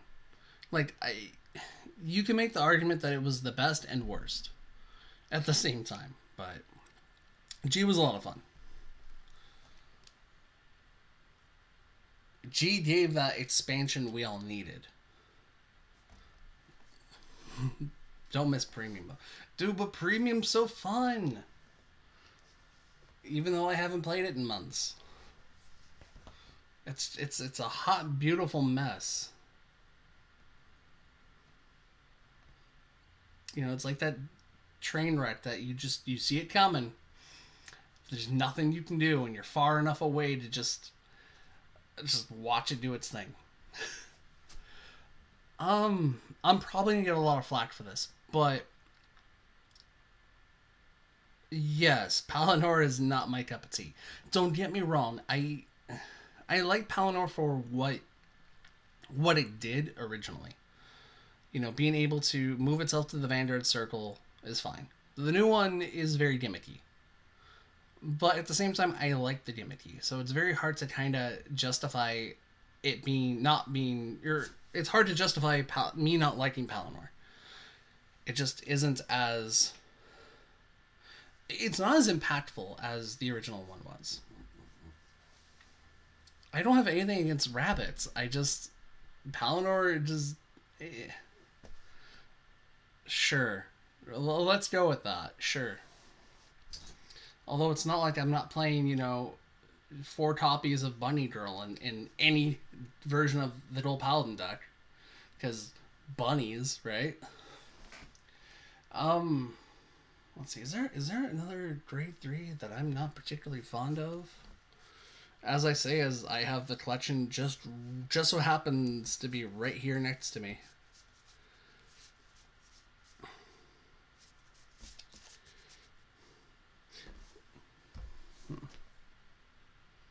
Just because you're so okay, so I got another one I don't like, but this doesn't necessarily apply to the unit. It applies to the support around it. Adravane. I like Adravane itself. Adravane himself is a finely designed card. Very interesting. It really changes things up for the clan, but all the support around it was a step backwards. I mean, I can kind of understand, we're going to bring back random top calling. Because why not? Because it doesn't matter what you're going to call. You're just going to go in a soul anyway, and you're just going to call out more. True. But, there are some cards you don't want to call. Like you don't want to call out triggers. Because you're just not going to get those off. So, although thanks to the new set, Adravane is better. But a lot of the stuff was a step backwards. Thoughts on Brant for this new meta? Do you think we'll get a new Starhulk? I really like Brant because it's fun to use. Ha ha ha.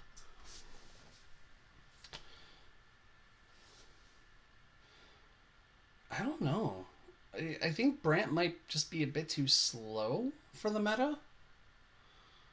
I know that the normal grade 3 Brant is a tech in some decks, but I don't know.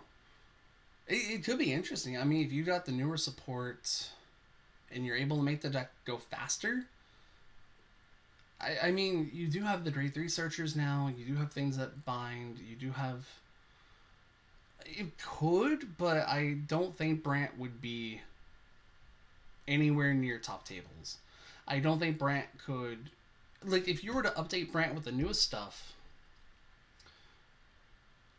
you could probably get a couple people off guard, but I don't think it's enough to win, to really be a dominant force in the meta. But then again, we've been proven wrong before by certain things, so who knows? I mean, if you like Brant, you play Brant. And if you're able to do something with Brant that other people don't see, then go for it. I mean, despite having every gold paladin deck in standard so far, I still will choose to play Ezel over everything else because that's my favorite deck. Of course I'm going to update it, and of course I'm going to add the newer stuff to it and change up the strategy, but if it's your favorite unit and you want to play it, you play it. But you have Gertrude, don't you want to start dominating tournaments? I mean, yes, but there's no big tournaments going around. And, if I'm going to go to locals, I'm going to have fun with it. And if I can cheese some wins out, that's fine too. How about Bermuda? Oh. So I own Coral. That's as much of Bermuda Triangle I'm willing to go into. So far, Gertrude is doing good, but I think if you're looking for more in-depth analysis for what's topping right now, definitely go check out WCC. World Class Card Fighters, check out their videos because they do meta breakdowns and tops every Monday.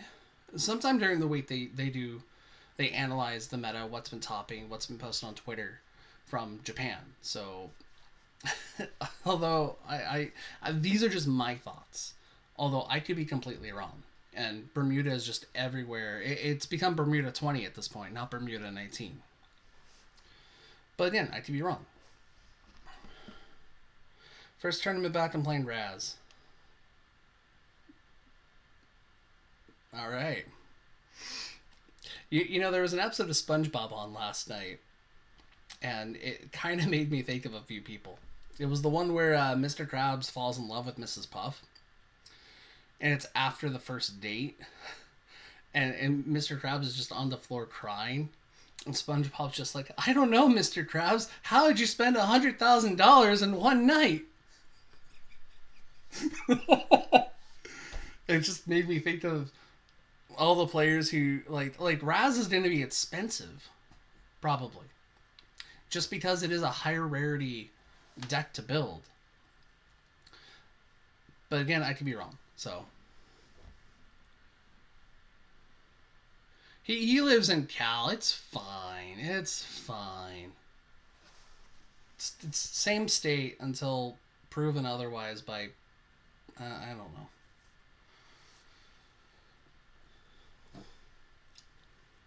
Until someone goes up to, you know, Newsom's office with, you know, bullhorns.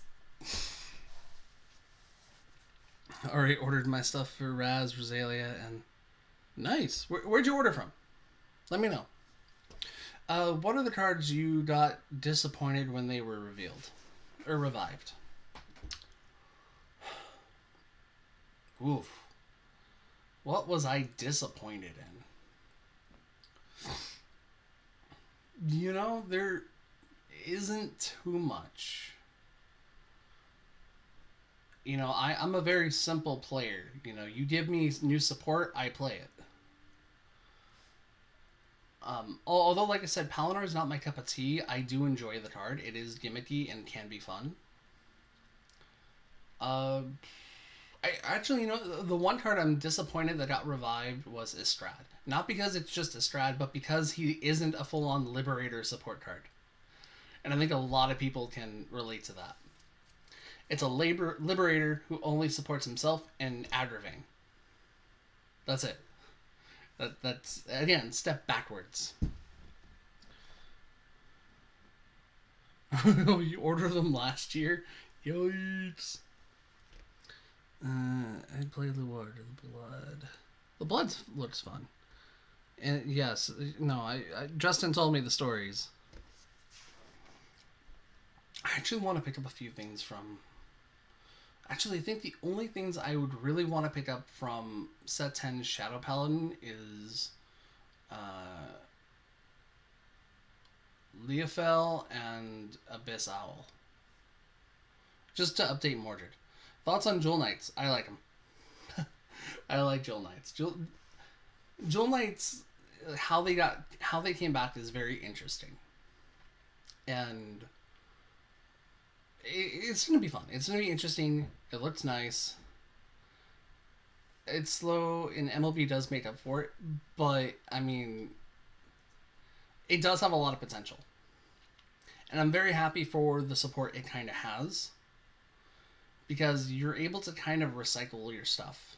It's a pseudo recycle. Mordred got turned into a 12 crit deck. Ooh.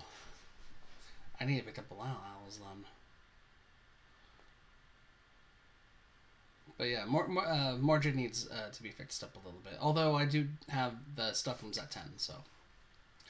Just the higher rarity stuff. Just the higher rarity stuff needs to be picked up.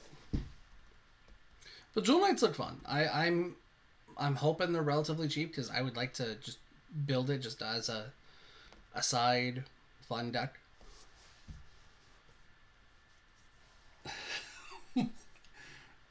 I love we've got to the point of the game where 16 crit decks are now a thing. Again. Spectral Duke! 16 crit, let's go. Card prediction this year. None whatsoever. Like, there are a lot of cards I would love to see come back as retrains, but as we go into Overdress, I don't want to see as many retrains. I want to see more newer, better units come out than retrains. Retrains are good, but keep it minimal.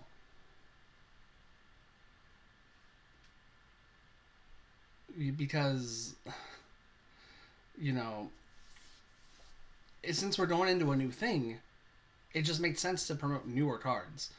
But I mean, if they can also keep the ratio of retrain stuff to relatively, not overwhelming, but low enough to where, oh hey, I can still be excited about that. Actually, no, I do have a card prediction for the year, and I really hope it happens. A Prominence Core or Prominence Glare for Gold Paladin. That's what I want to happen. I am hoping that happens. I feel they should tap into dual clan cards. Yes. It's only the only issue is if they make them triple rare, so twice the amount. Yeah, no, I agree with it, and I think if they were to do dual clans, it should be relatively easy to get. I hope so.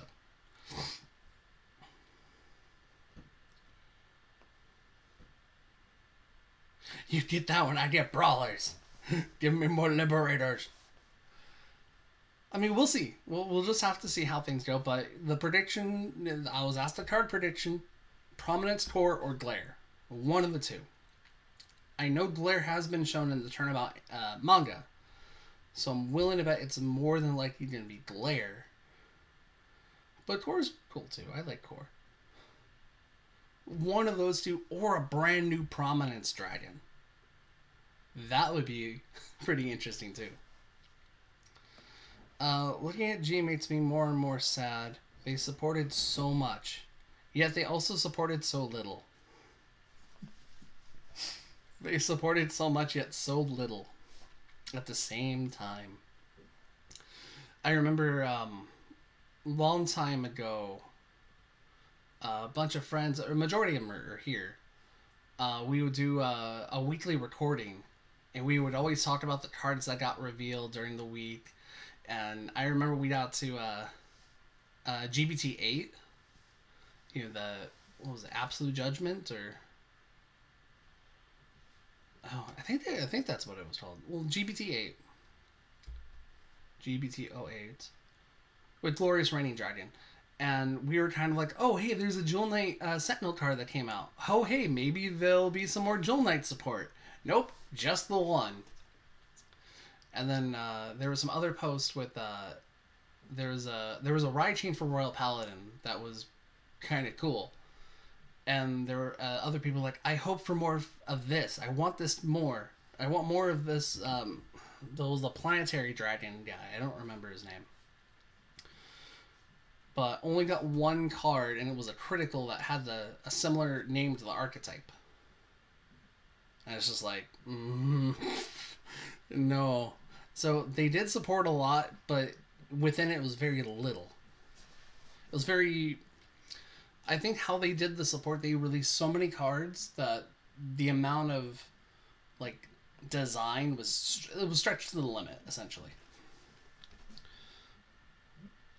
They're supposed to be more than Vieira is now. That's true. Thoughts on If? I like it. You know, I've had a couple of weeks to digest it, to analyze it. It's good. You know, once you kind of get past the first 12 episodes, which kind of seems like, well, what do you gotta do with the first 12 episodes? It's Villain of the Week. And then you realize that the first several episodes were somebody's fault. Then you kind of dig deeper into the plot. Then you kind of get this more Villain of the Week, except they have their own little mini arcs attached to them. And then you get to like the final like 5 episodes, and it's just like, oh, what's gonna happen next week? Oh, Sanctuary of Light. Thank you, Sanctuary of Light.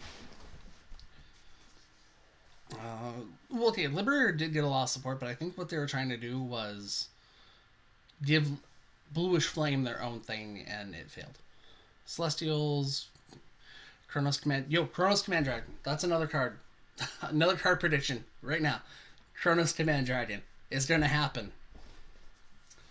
Hopefully this year. Hopefully. Ghosties are happening this year. I would like to see Nightmare Land come back along with Blade Wings. I think Ragey in Standard would be really nice. Oh yeah, no examples. Yeah, no, okay, that makes sense. But if was okay. It's a wild ride. 25 episodes. Um, I think I enjoyed it more artificially because I watched things like Rick and Morty, where there's multiple timelines and multiple things going on. So there's a lot of things to keep track of, but it's worth it.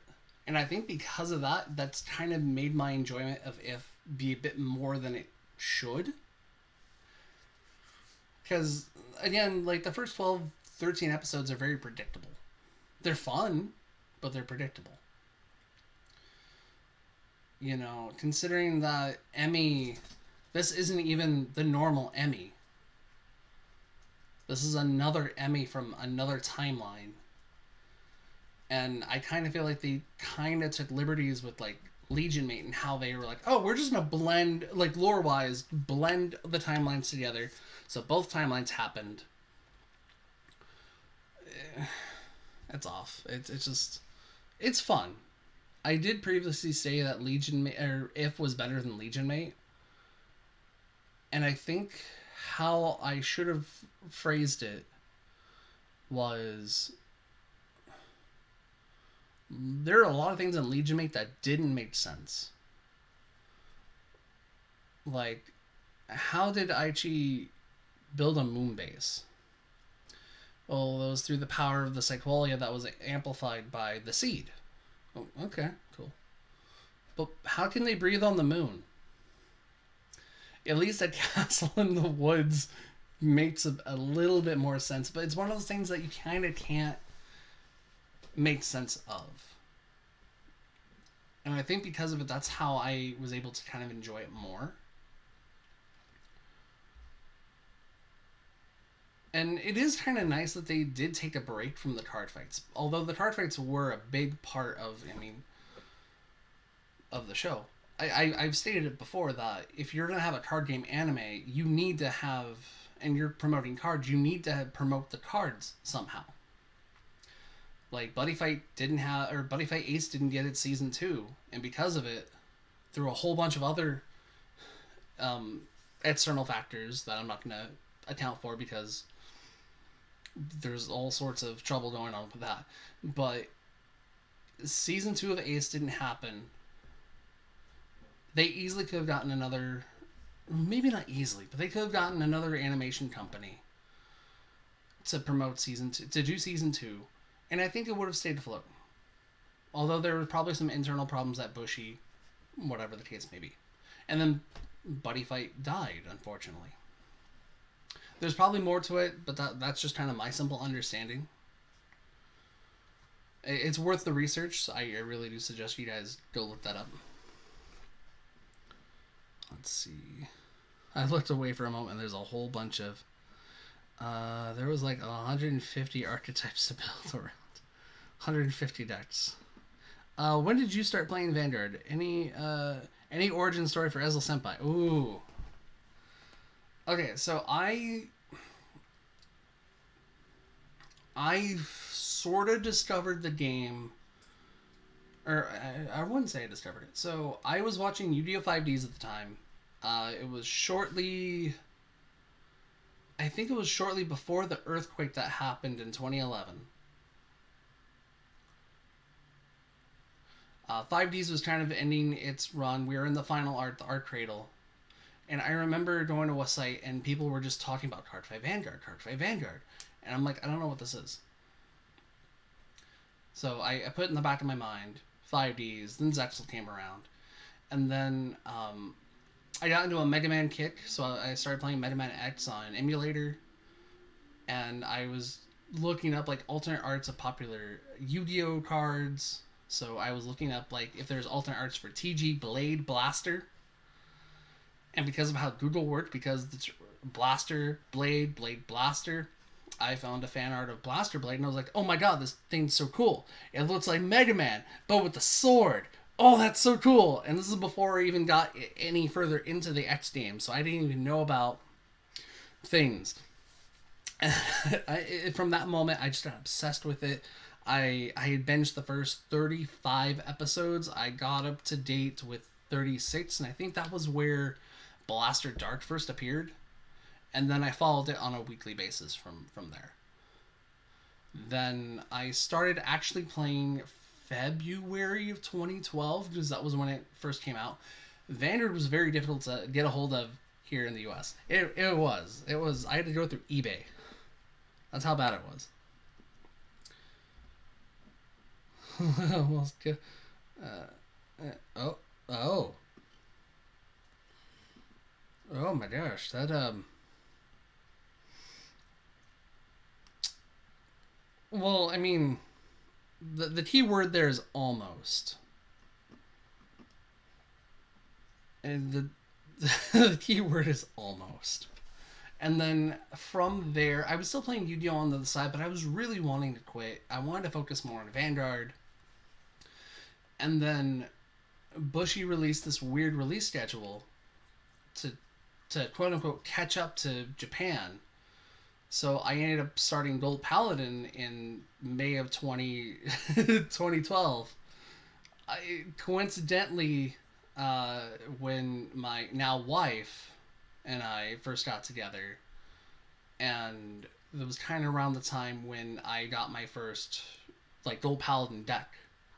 So I've been playing Gold Paladins for nearly 10 years now, and I'm really happy about that. I think how did I start actually playing Gold Paladin? I bought some boosters, and I pulled a Halo Shield mark, and I kind of was like, you know what? From here, I'm just gonna play Gold Paladin because everything else is super expensive.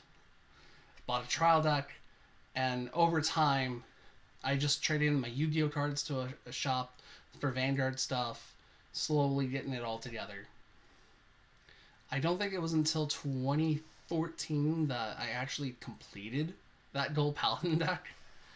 And then 2015, thank God for financial aid.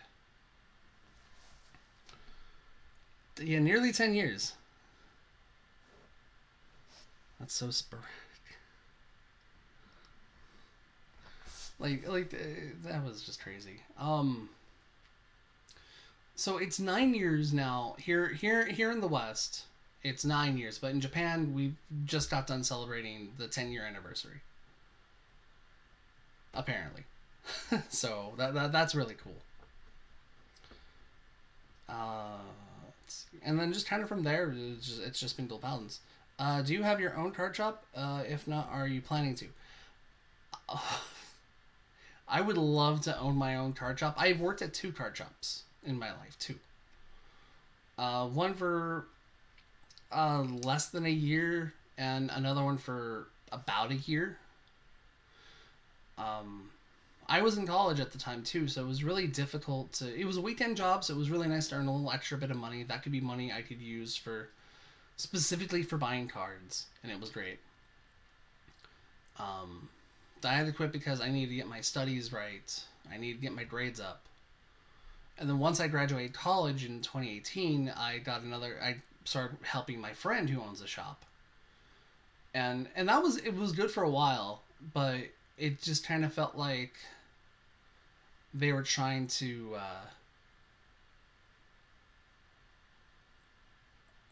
the owner of the shop, my friend, he wanted to put the shop in a different direction, and I kind of didn't like the idea. I mean, I agree. I agreed with the idea, but I didn't. I wanted to focus on the players where he wanted to focus on getting cards graded and selling them for a high price, which they're both correct actions. And I mean, now that we're looking back, hindsight is, last year, it was the smarter move. But I still believe that the player should come first.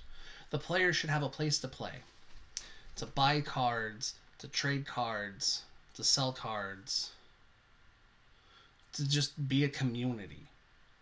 And fire off some big tournaments, have fun tournaments, something that they can be like, you know what? I went to that tournament last week and my goodness, it was so much fun. There were so many people. The energy was just so good. It makes me want to do better. I would love to have my own card shop. That was kind of a thing of mine in high school back when I was really obsessed in Yu-Gi-Oh!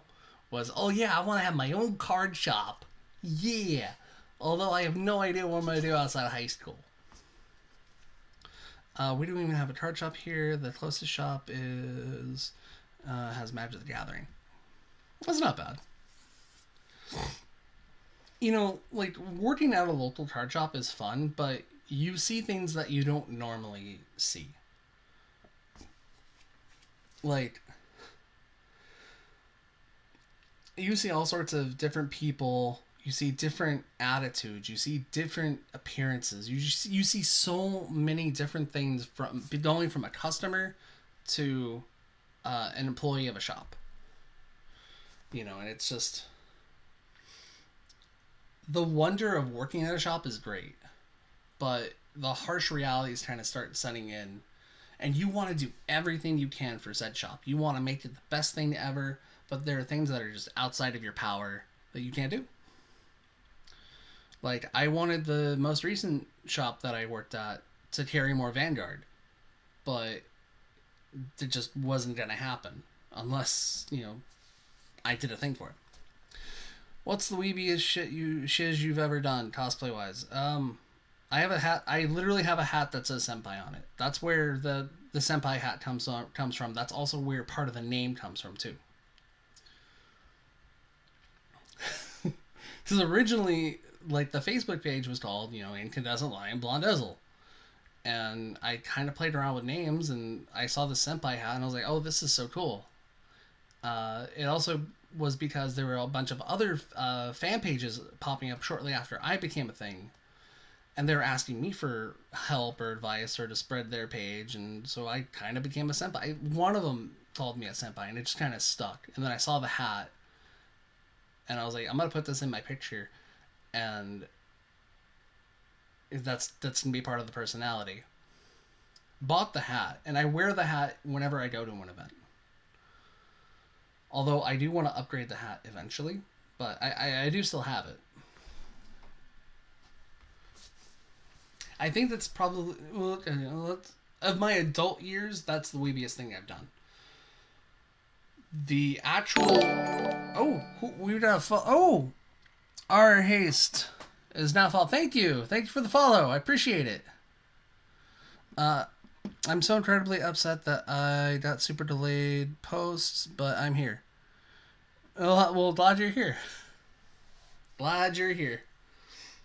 Man, this stream's been going on for a while. The best fan book, or the best Vanguard related Facebook page.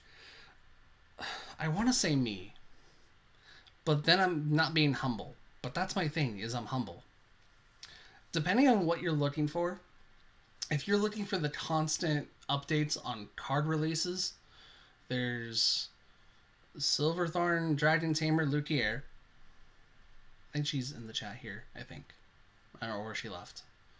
And then there's Dreven, the Black Rose Musketeer page. They both post up cards of the day very quickly. And they're both really good. If you're looking for memes... Oh, your ears? Did it spike? You okay, my boy? Chris, you okay? If it spiked, I'm sorry about that. Or I hit the table. No, it wasn't that. But, those two for sure. I'd recommend those two pages before my own. I post cards that I like personally and memes. One of Dreven's contributors is my friend Ver. I know Ver. Well, I know of him. I think knowing of them. There we go. Oh, the notification noise. Oh, you guys can hear that. I didn't know that. Is there a way I can turn that down? Oh no, okay, I know what it was. I know. It's actually from my computer. Okay, I forgot my volume was up. I am so sorry. I'm so sorry. So there, the volume's down, but you guys can still hear me. I'm your number one fan. Woo! Wait a minute. I recognize the last name. Wait a minute.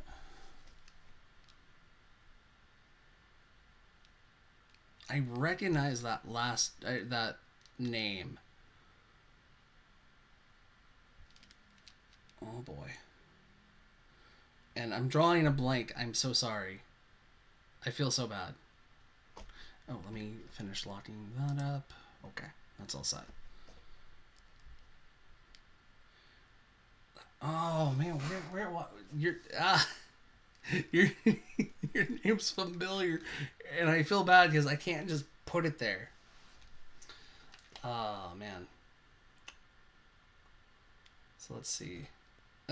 So hopefully, if I get my mind off of your name, I'll remember it because it will just snap. You know, neurons do a thing, right? Other weebiest thing. So I was 18 or 19, and I owned two of the regular dual disc and then the Dual Academy dual disc, and 5Ds was a thing, and I don't think I need to explain that bicycle plus dual disc plus a stupid kid with a camera. Yeah. That happened. I remember back when I did UD tubing, I think my favorite video was called Adventures to the Post Office. I did 3 parts of it. It was great. Where I'm just talking to the camera, I'm writing no hands, and I'm shouting, card games on motorcycles! uh, oh man, it was so much fun. It was a heck of a lot of fun. Oh, okay. Well, thank you for that confirmation. No, I appreciate you asking questions. Like that's good. I'm gonna heart that. Cool. I pride myself in Yu-Gi-Oh character personalities. 5D, yes, 5Ds was the best. Absolutely agree. You know what's second to 5Ds? The 5Ds arc and arc V. No, probably GX is a good second. Like I like the original series, but I think how they were developing characters, just 5Ds made so much sense because you kind of grew up with it. I did for sure. 5Ds led me to discovering Vanguard, believe it or not. So, although I guess I could also credit that to Mega Man X too, or X as well, but my man. Let's see. Man, we've been going for a while. This is gonna be fun to post on YouTube. Like, I swear, when I ended the stream last night, it only took maybe 30 minutes or so to really fully be uploaded. For me, it goes 5Ds, Arc V, OG, GX, and Zexel. Yeah, I agree with that. Let's see. 5Ds for sure. GX. You know, I'm actually gonna put GX and Vrains together. Vrains is really good. You know, and there's so much stuff with Vrains that is just kind of like, ugh. I remember getting the OG Legend of Blue Eyes set. Yeah, same here. Same here. Not knowing about it, but yeah, Legend of Blue Eyes stuff. So Jax and Vrains would be tied together. Um, and then Arc V and the original series would tie for third. And Zexel, I didn't even finish Zexel. Like I remember I watched. I kept up with it up until they started the second season. Watched a bit of that, but then that was when I got really obsessed with Vanguard, and I just kind of gave up. And then several years later, I rewatched like the last 5 episodes of Zexel, and it's like, oh, all right. So I didn't really miss much. Okay, there's a new form. Okay, cool. Utopia's got countless forms. Cool. Um, oh, Gaga Samurai is pretty cool. Man, can't wait to play with that card. Here we are in Duel Links playing Gaga Samurai with Power of the Guardians.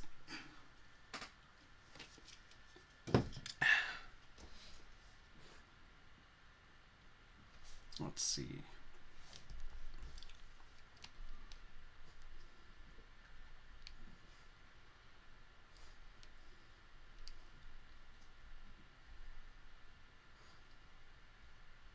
I liked that Different Fight and Vanguard Insider posted Vanquisher decks the same day. I thought that was really funny.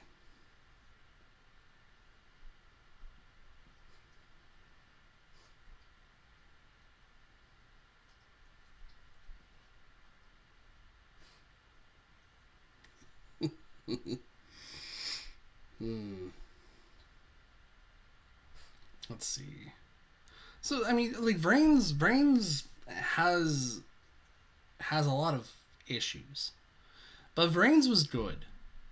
You know, I think I remember reading an article where the first 40, 50 episodes they were swapping directors left and right,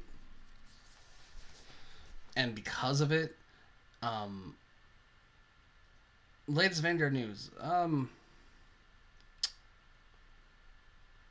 The new Neon Nectar stuff's really good. It's like Katrina from Premium, but in Standard. So we could see like a Katrina 2.0 in Premium, which actually has me pretty excited. There's probably other Vanguard news I'm just not up to date with at the moment. There wasn't a new card revealed today because it's a holiday in Japan. My one quarrel with Vrains is that used to just feels like another, and to be fair, that's fine. Because look at how long it's been since we had a kind of mature, down to earth character. Yuma was all over the place, and Yuya just had so many different personalities to him. It was really hard to pin down the solid one until the end. But Yusuke, I felt, was a good balance of, hey, here's a character with a traumatic past that does affect him, but he keeps moving forward anyway. And then when he finally accepts the things of the past and he's able to get his quote unquote revenge, he's able to really grow as a character. Okay, hey, dogs. No, out. I'm going to take a quick break. We're going to go to the other screen real quick. I'm going to go take care of these dogs real quick. They're kind of old. They probably need some food. So I will be right back.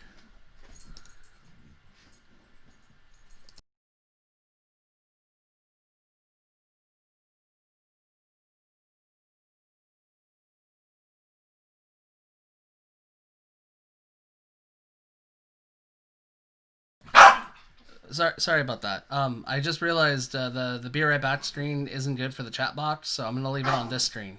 So I'll be right back.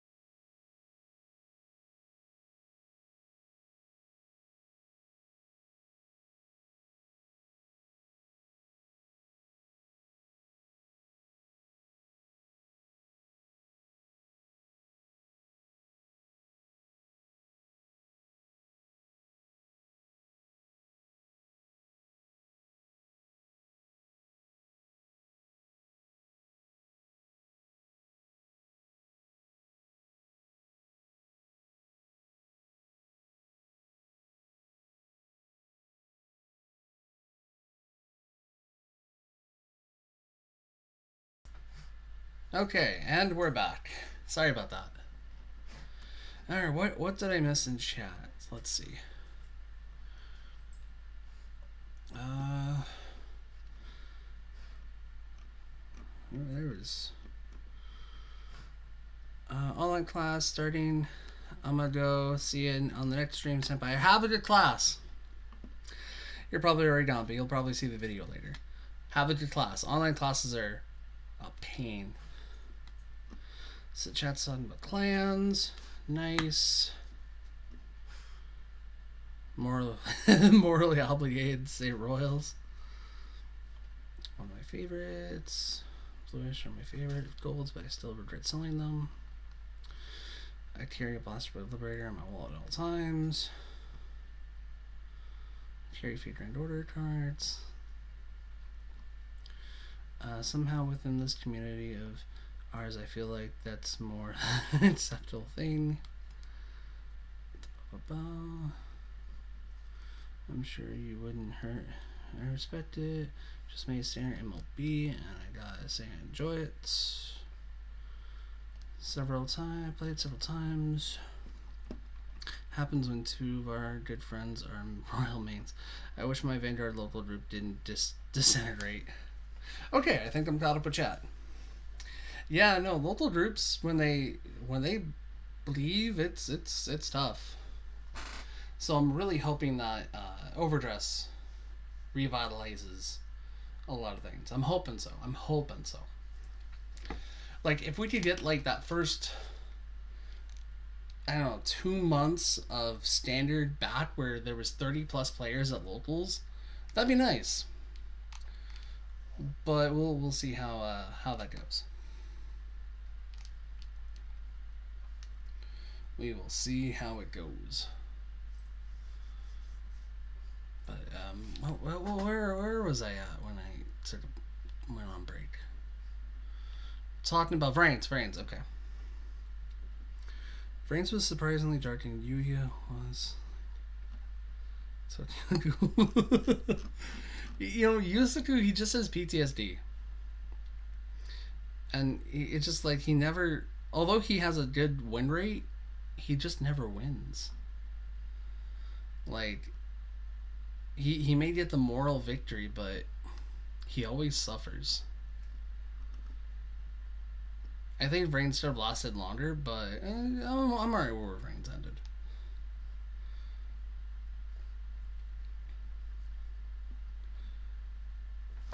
So let's see. We've gone on for over 2.5 hours. Oh, fudge. Let's see. You know, I am gonna have to fix that other screen. Because I didn't think about the black and white aspect and how the chat is in. I could have fixed it beforehand, but I can always fix it later.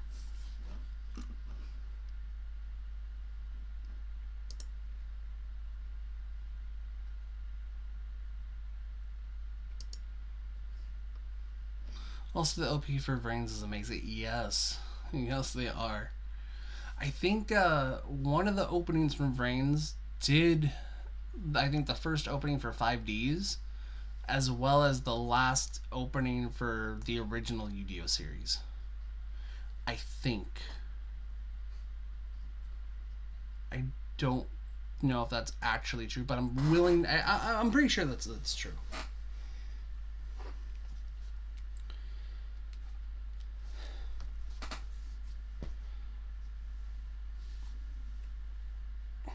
Yeah, so I've got these two dogs here, and they're both kind of old, but the one dog, Ross, he just likes still licking the female dog lady in her ear all the time, and she doesn't like it, but he's like, I don't care, I'm gonna lick blah, blah, blah, blah, in the ear, and it drives her crazy and like makes her mad. So I'm like, okay, you two, get the F out.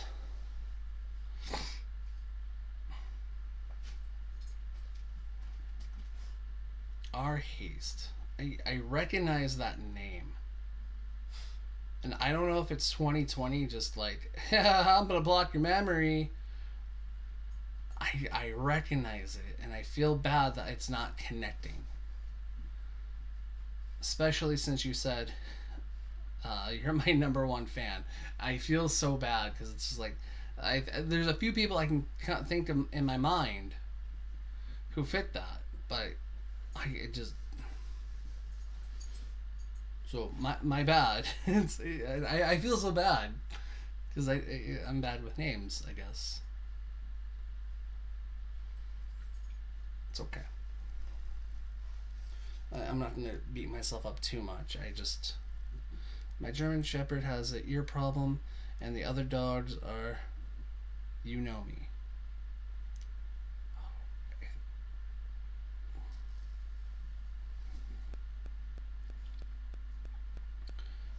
You'll be mad when you get it. I am already mad at myself. I feel bad. Okay. Answer me this. Where? No, I don't think it's Tim. I don't think it's Tim. Because Tim usually goes by another name. Tampa. That's a big hint. Oh, that is a big hint. But fudge. Okay. Where did you find this stream from? We'll go through the process of elimination. Because I feel bad.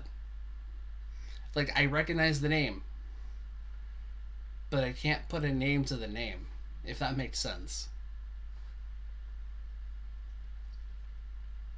And I don't want to throw random names out there because, it's just not cool.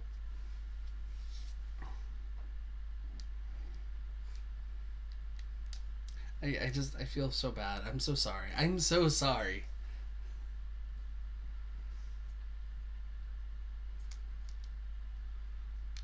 Like, I'm checking all my places now just to make sure that. Let's see. Is it in this one? No, not that one. Facebook. Okay.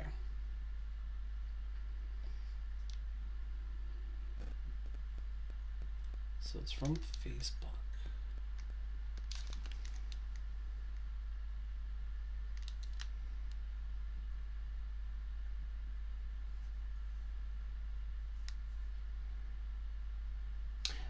That was probably a bad place to check because there's so many. I mean, it's nice that the page is big. Let's see. Can I go here? No. Man, I don't think I feel bad. I feel bad. It feels bad. As I'm trying to. Like, again, I don't want to throw a random name. I have an idea, but I don't want to throw a random name out there. Okay. Were you, or have you, or were you recently a supporter on my Patreon?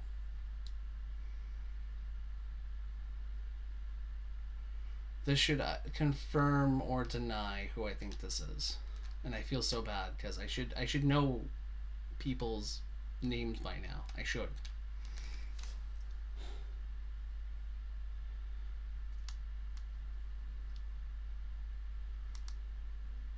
But I mean, if it's from one of that, then I know I have you on Discord, but you have a different name.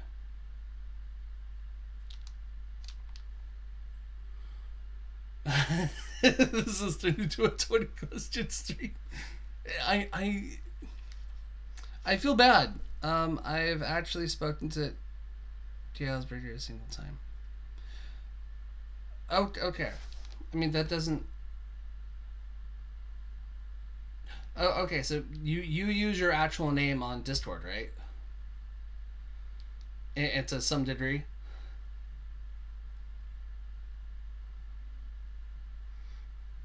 And I think the reason I got the names confused is really just because of the names.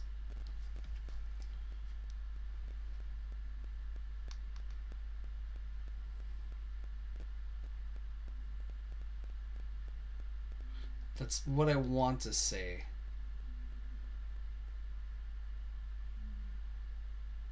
What letter does your name start with?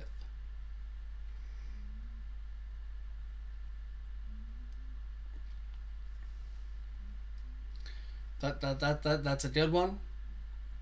And if it's what I think it is, then okay. So you do use your real name. Okay. Okay. Okay. Okay. Okay. Um. So. Okay. Okay. Yes. Okay. Hi, Frank. I'm so sorry, Frank. I knew I recognized the name, but it didn't connect. I guess that's just kind of what happens. That is what I'm so sorry. I'm so sorry. I'm willing to bet if I had looked a little deeper. And sons. And sons. You just moved recently, right?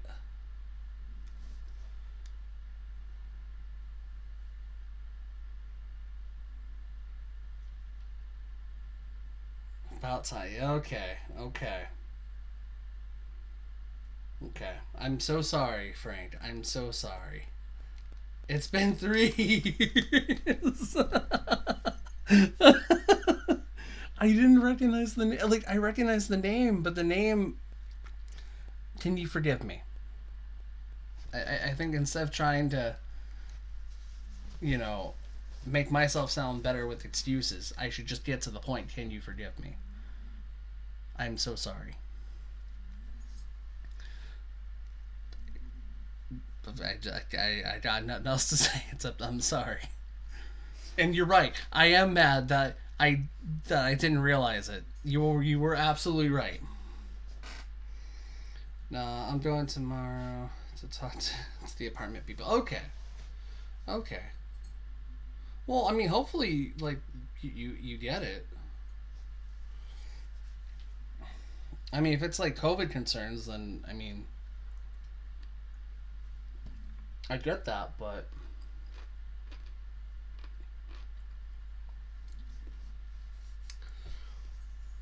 man, we've been here for nearly 3 hours.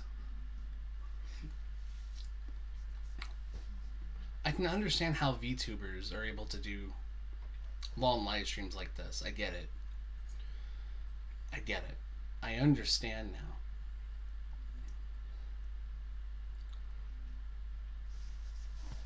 But yeah, no, wish you luck for that apartment. Hey, you were immediately right on track. I'm not upset. Okay, at least I had a good narrow thing because I mean, there's only I think there's may have been maybe two or three people who claim to be the number one fan. It was you, and then there was I don't know if I want to name him. Well, he was also another Patreon who recently had to suspend their payments. And then there's a third one. Oh no, that was Tim. But he's kind of obligated because best friend. So realistically, I had about a 50-50 shot. Actually, no, it was more. Yeah, no, I think I was on the right track. I just was like, I need to confirm this. So yeah, Frank. How do you like the stream so far? I've got all sorts of things set up. I've got different screens. I just started doing this the other. I think I did a Twitch stream earlier in 2020 when Character Fight came out. I think you remember that. Or I don't know if you were there for that. Then I tried again yesterday and it was fun. If I could, I donate to. Oh, if you could, yeah, no, oh, it's all good, it's all good. It's all good. Like, Like the Patreon money helps because I'm able to use that to get things for the page and the channel, like the microphone I'm using. Some of that came from Patreon money. The art that is here, the Ezel icon, that was from the Patreon money. And there was multiple arts similar to this, and then the normal one I use on the Facebook page, that was also a commission. Aside from not being notified until 5.5 hours later, it's going good. We need to get those notifications going. But no, that's fine. That's fine. It is all good. Is this still going? Damn. Yes, we still going. Made myself a sandwich. We still going. No, the dogs were acting up earlier, so I had to go take care of them. And in the meantime, I made a sandwich.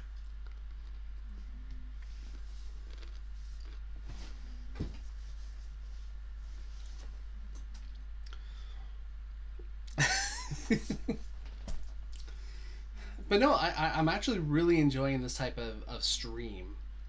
Like, I can see where things could go. I just streamed some Among Us games, and I was like, damn.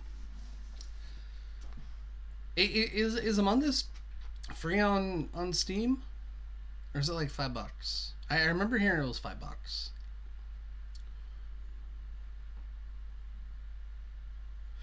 Maybe, yeah, we'll see. We'll see in the future. Rating with a party at 2. What does that mean? I don't understand. It's five. Okay, it is $5. I just want to play card games. Me too. What does rating mean? I don't know what that means. Was it you have another friend that's also watching and I don't know. I was streaming, so I brought my viewers with me. It means that he transferred his viewers to you. So who? Okay. Well, hi. How you doing? We're late in this live stream. Like, I really like this. It's just getting you more views. Okay, that makes sense. That makes sense. I'm still new to the Switch thing, but I like it. I'm liking it. The more I'm using it, the more, like, there's so many creative things I can do. Like, I mean, I do prefer the whole on Facebook one, but I'm so mad that chat is answering questions before they're even before they're even Is there a delay? I know there is a slight delay in the chat. Maybe I actually should put a delay on there, because maybe it's just on the screen. I'm not sure. Twitch is fun to stream to. Oh, it is. Like, I'm seeing all the potential things I can do with it, and I think I want to do it more. So I mean, I'm really able to do this because my wife's at work. I think she's working in the COVID unit tonight, so I gotta make sure she's got clothes for the morning.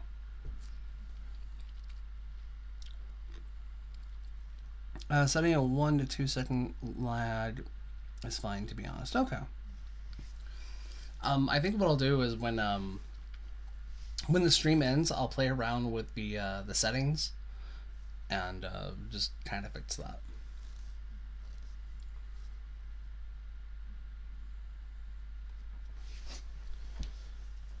So let's see. We talked about a lot of stuff. Like we had a very interesting discussion. Oh wow, that I can't even go back to see all the other comments. Yikes. We talked about a lot of stuff.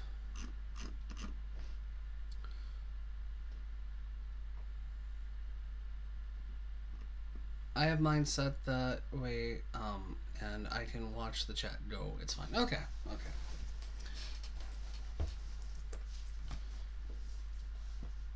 Because like I have it set to where I have a sidebar where I see chat, and then there's chat on stream, like on the display from what you guys are seeing. So,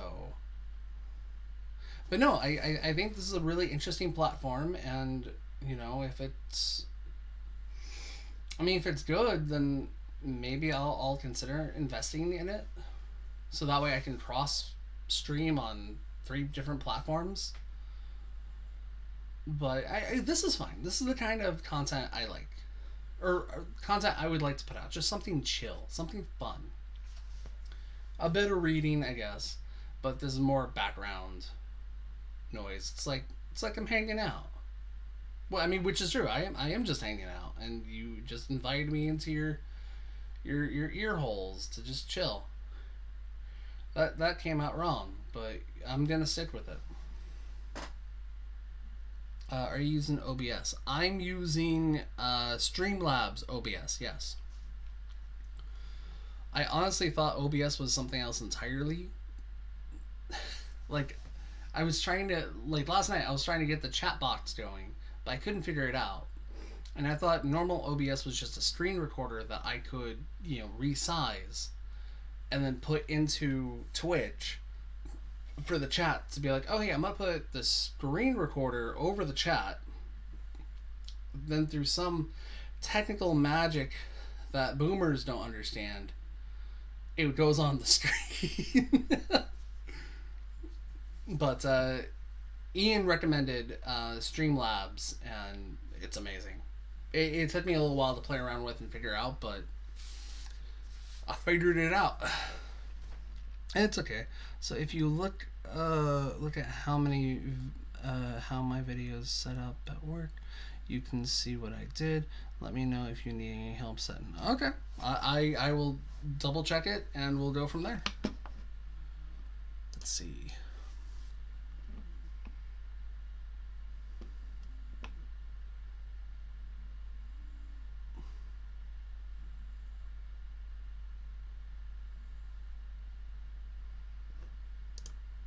I'm still just playing around. Seems Lab's really good. Yeah, it is. It is. I like it. I mean, if streaming becomes a viable thing in the future where I can afford to spend $12 a month for it, I would. But these are just the baby steps. I'm just getting it started. So we're kind of going from there.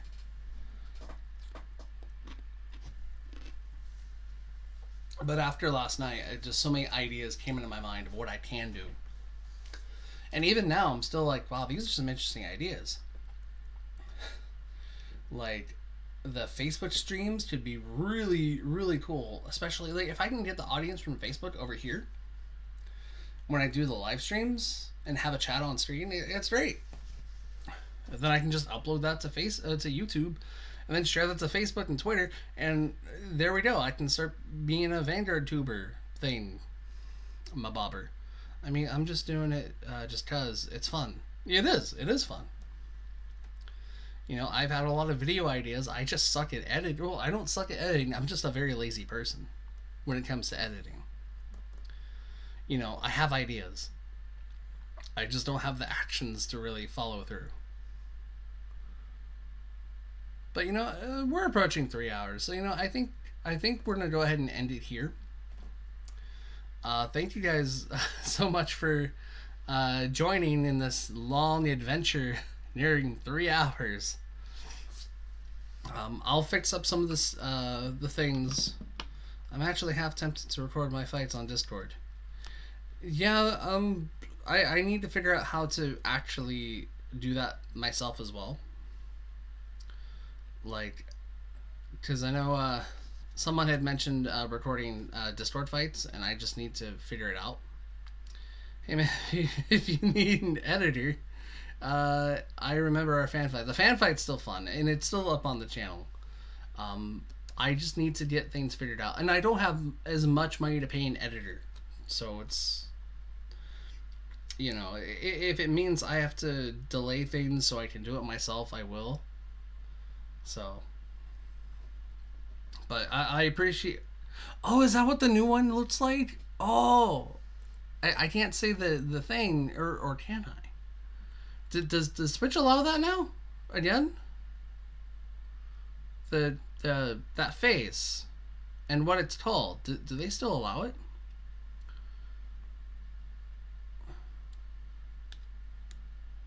I got an idea once I watched it. It's easy. Okay. I'll do it for free. Uh, okay. You know, we'll talk about it when we open the case for Bermuda. Oh. Wait, what did I say? Allow. I don't remember saying allow. Depends on how. It's super simple. Like, I think I mentioned it before. I found like a royalty-free kind of moving background image that can just be looped in the background, and then the icon, the Ezel icon in the front, and then talk about a card. Maybe some royalty-free music in the background. You know, I think there's one that I've heard so many times from various like channels, and it's like, okay, we'll use this one because it's everywhere. But again, we'll talk about it when we open the case for Bermuda. We could live stream it. We could live stream it. Oh, that could be fun. That could be fun. But we'll have to get in touch with Justin and see how that one will work. But okay, you know, I think I'm gonna go ahead and end the stream. Yes. And we'll talk more about the whole editing idea because I do have ideas. I just you can live it, yeah. The ideas are flowing now, and it's great. If I could stand up and if I could, just do JoJo poses, in a comfortable way, I would. But I don't want to throw out my back. But yeah, no, I'm gonna go ahead and end the stream here. Thank you guys so much for attending. I'm glad you all were here. This was fun. I hope you guys had fun too. Maybe you learned a thing. If there's topics you guys want me to talk about in the next one, please let me know. I know this is gonna go on YouTube here in a few minutes anyway, or later tomorrow or something. So if you're on YouTube and you're watching this, leave a comment down below what kind of topics you want me to talk about, and we'll just talk about it. It's fun, background noise essentially. And okay, everybody, say bye to YouTube. Say bye bye. And remember, stay safe, stay humble, and wear your damn face masks.